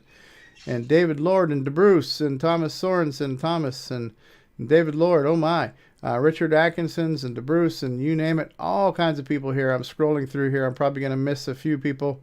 But you guys know who you are. Thank you for being here every week. And I would just say, send us some feedback to CoCoTalk at CoCoTalk.live. Let us know, how we can best serve the people who watch and listen to this show. We want to make sure we're giving enough ways to do it, but I also don't want to oversaturate and overextend, so we kind of want to reach that Goldilocks part where it's just right. And I think most people say, you know what, YouTube is fine, audio is fine, live is not that necessary. A few people said I like the audio replay, the video replay from Podbean or iTunes. That's probably a minority that likes that, but it's good to know. So would love to get that feedback. CoCoTalk at CoCoTalk.live. How do you enjoy the show? What way, and also suggestions on, if we're missing something here, you know what, it'd be nice if you guys could do this. We're always looking for that feedback. So make sure you send that. And we're going to wrap it up. We're coming up 3 hours, 5 o'clock. Not a bad show. Good show time. This is an average show length. So I'm going to run the outro, and then we'll come back for final words and parting thoughts. So we'll see you here in a minute. This concludes another episode of CoCoTalk, the world's leading live talk show featuring the Tandy Color Computer. For all things CoCoTalk, visit us on the web at CoCoTalk.live. We'd love to hear from you. Send feedback, suggestions, even segments via email to CoCoTalk at CoCoTalk.live. CoCoTalk is rocking the 8-bit world, keeping the Tandy flame alive. We may be mocked, but we'll never stop, 'cause CoCoTalk is rocking the 8-bit world.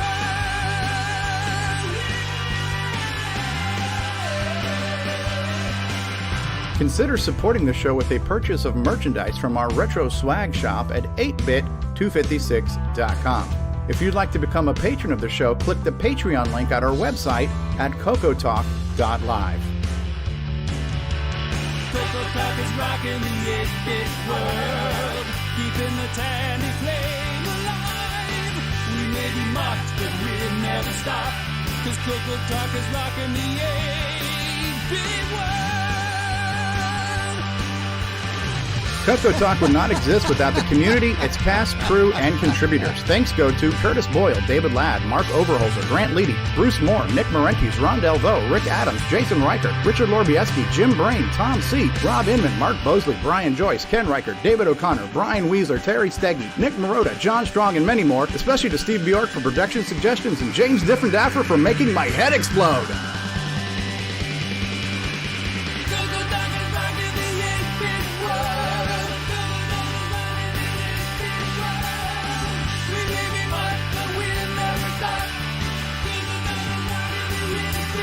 Please help support the CoCo community by visiting some of its various contributors. A list of resources is available at imacoconut.com. That's IMACOCONUT.com. The CoCoTalk theme song is copyright 2008 by D. Bruce Moore and Greg Sheeler. Mixed, mastered, and produced by D. Bruce Moore.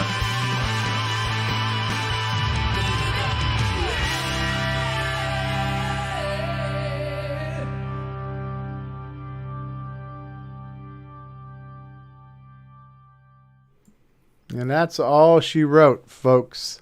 What's so funny, Nick Marotta? Nick Marotta. The last clip makes me laugh. And Grant Leedy came in for the best part of the show, the end. Grant Leedy's back. Hey, Grant. Or not. All right. Parting thoughts. David O'Connor, final words. Sorry, how's that for a big long word? I can't think of anything else to say. PulseEternal.com. How about that? That's a good word. Plug it. Rob Inman, final words, parting thoughts. If anyone's interested, I might be doing a RoboCop streaming session either later tonight or tomorrow, where I play all the different versions of RoboCop and stream that, including the CoCo 3 version. Okay. So I guess keep an eye out for that on Discord. On Discord, you'll put out a message on Discord. Okay. Will that be done on Twitch? It will be on Twitch and YouTube. I use Restream. There you go. Dragon Bites says, thanks everyone for the show. Enjoy it as always. Thank you, Dragon's Bites. Dave Phillipson says, cool show, guys. Gotta go mow my lawn. Nick Marotta, parting thoughts, final words. It's just great to see continued interest and development in the community with new games coming out, and it's a great time to be a CoCo nut. Absolutely. Paulie Walnuts Fiscarelli, final thoughts. Yeah, just thanks again for giving us the opportunity to share that today. And looking forward to catching some of you at Tandy Assembly next month. Very cool. Are you going to be able to make VCF Midwest at all? I won't be there. As we were going to continue the tradition of going to that Fire and Wine place on Friday night. Yeah. We'll definitely have to do for CoCo Fest next year then. Absolutely. The bulk of us are there. Sounds good. All right. Mark Bosley, final thoughts. Brain fried. It's dinner time. There you go. There you go. Tom C. from Jersey. Final thoughts. Nah, I got nothing to say here. I mean, just. Oh, you know what, Tom? You never even showed us your whole setup. Yeah, well, that's kind of like becoming the running gag. Was that saving it for another day?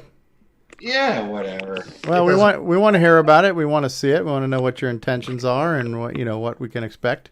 But 6 months ago already or whatever. No, I'm talking about your new setup with all your toys, your microscopes and your solder stations. But it was kind of interesting though. I did kind of start my CoCo 2. I kept saying I was going to start, and while we were doing that, I actually took the keyboard apart and cleaned it. And you should have seen it before I started it. So that looks good. I got a really good start on that. I was amazed at how well it cleaned up. Nice.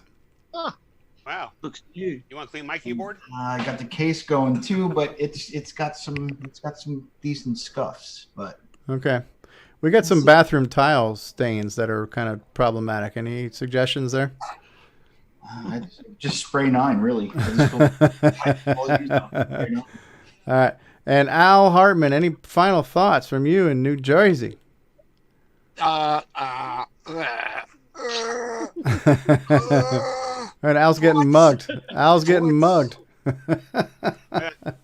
New Jersey, a man gets mugged every. Yes. I'm not paid to think. That's above my pay grade. There you go. All right, and Grant Leedy, the final thoughts. Last man, last word. Thank you very much, Stevie. No, awesome show. Thanks again, Paul, for the you and your team's contribution for the game. I look forward to downloading that later today. Grant, can you do me a favor? What? Can you pronounce Paul's last name?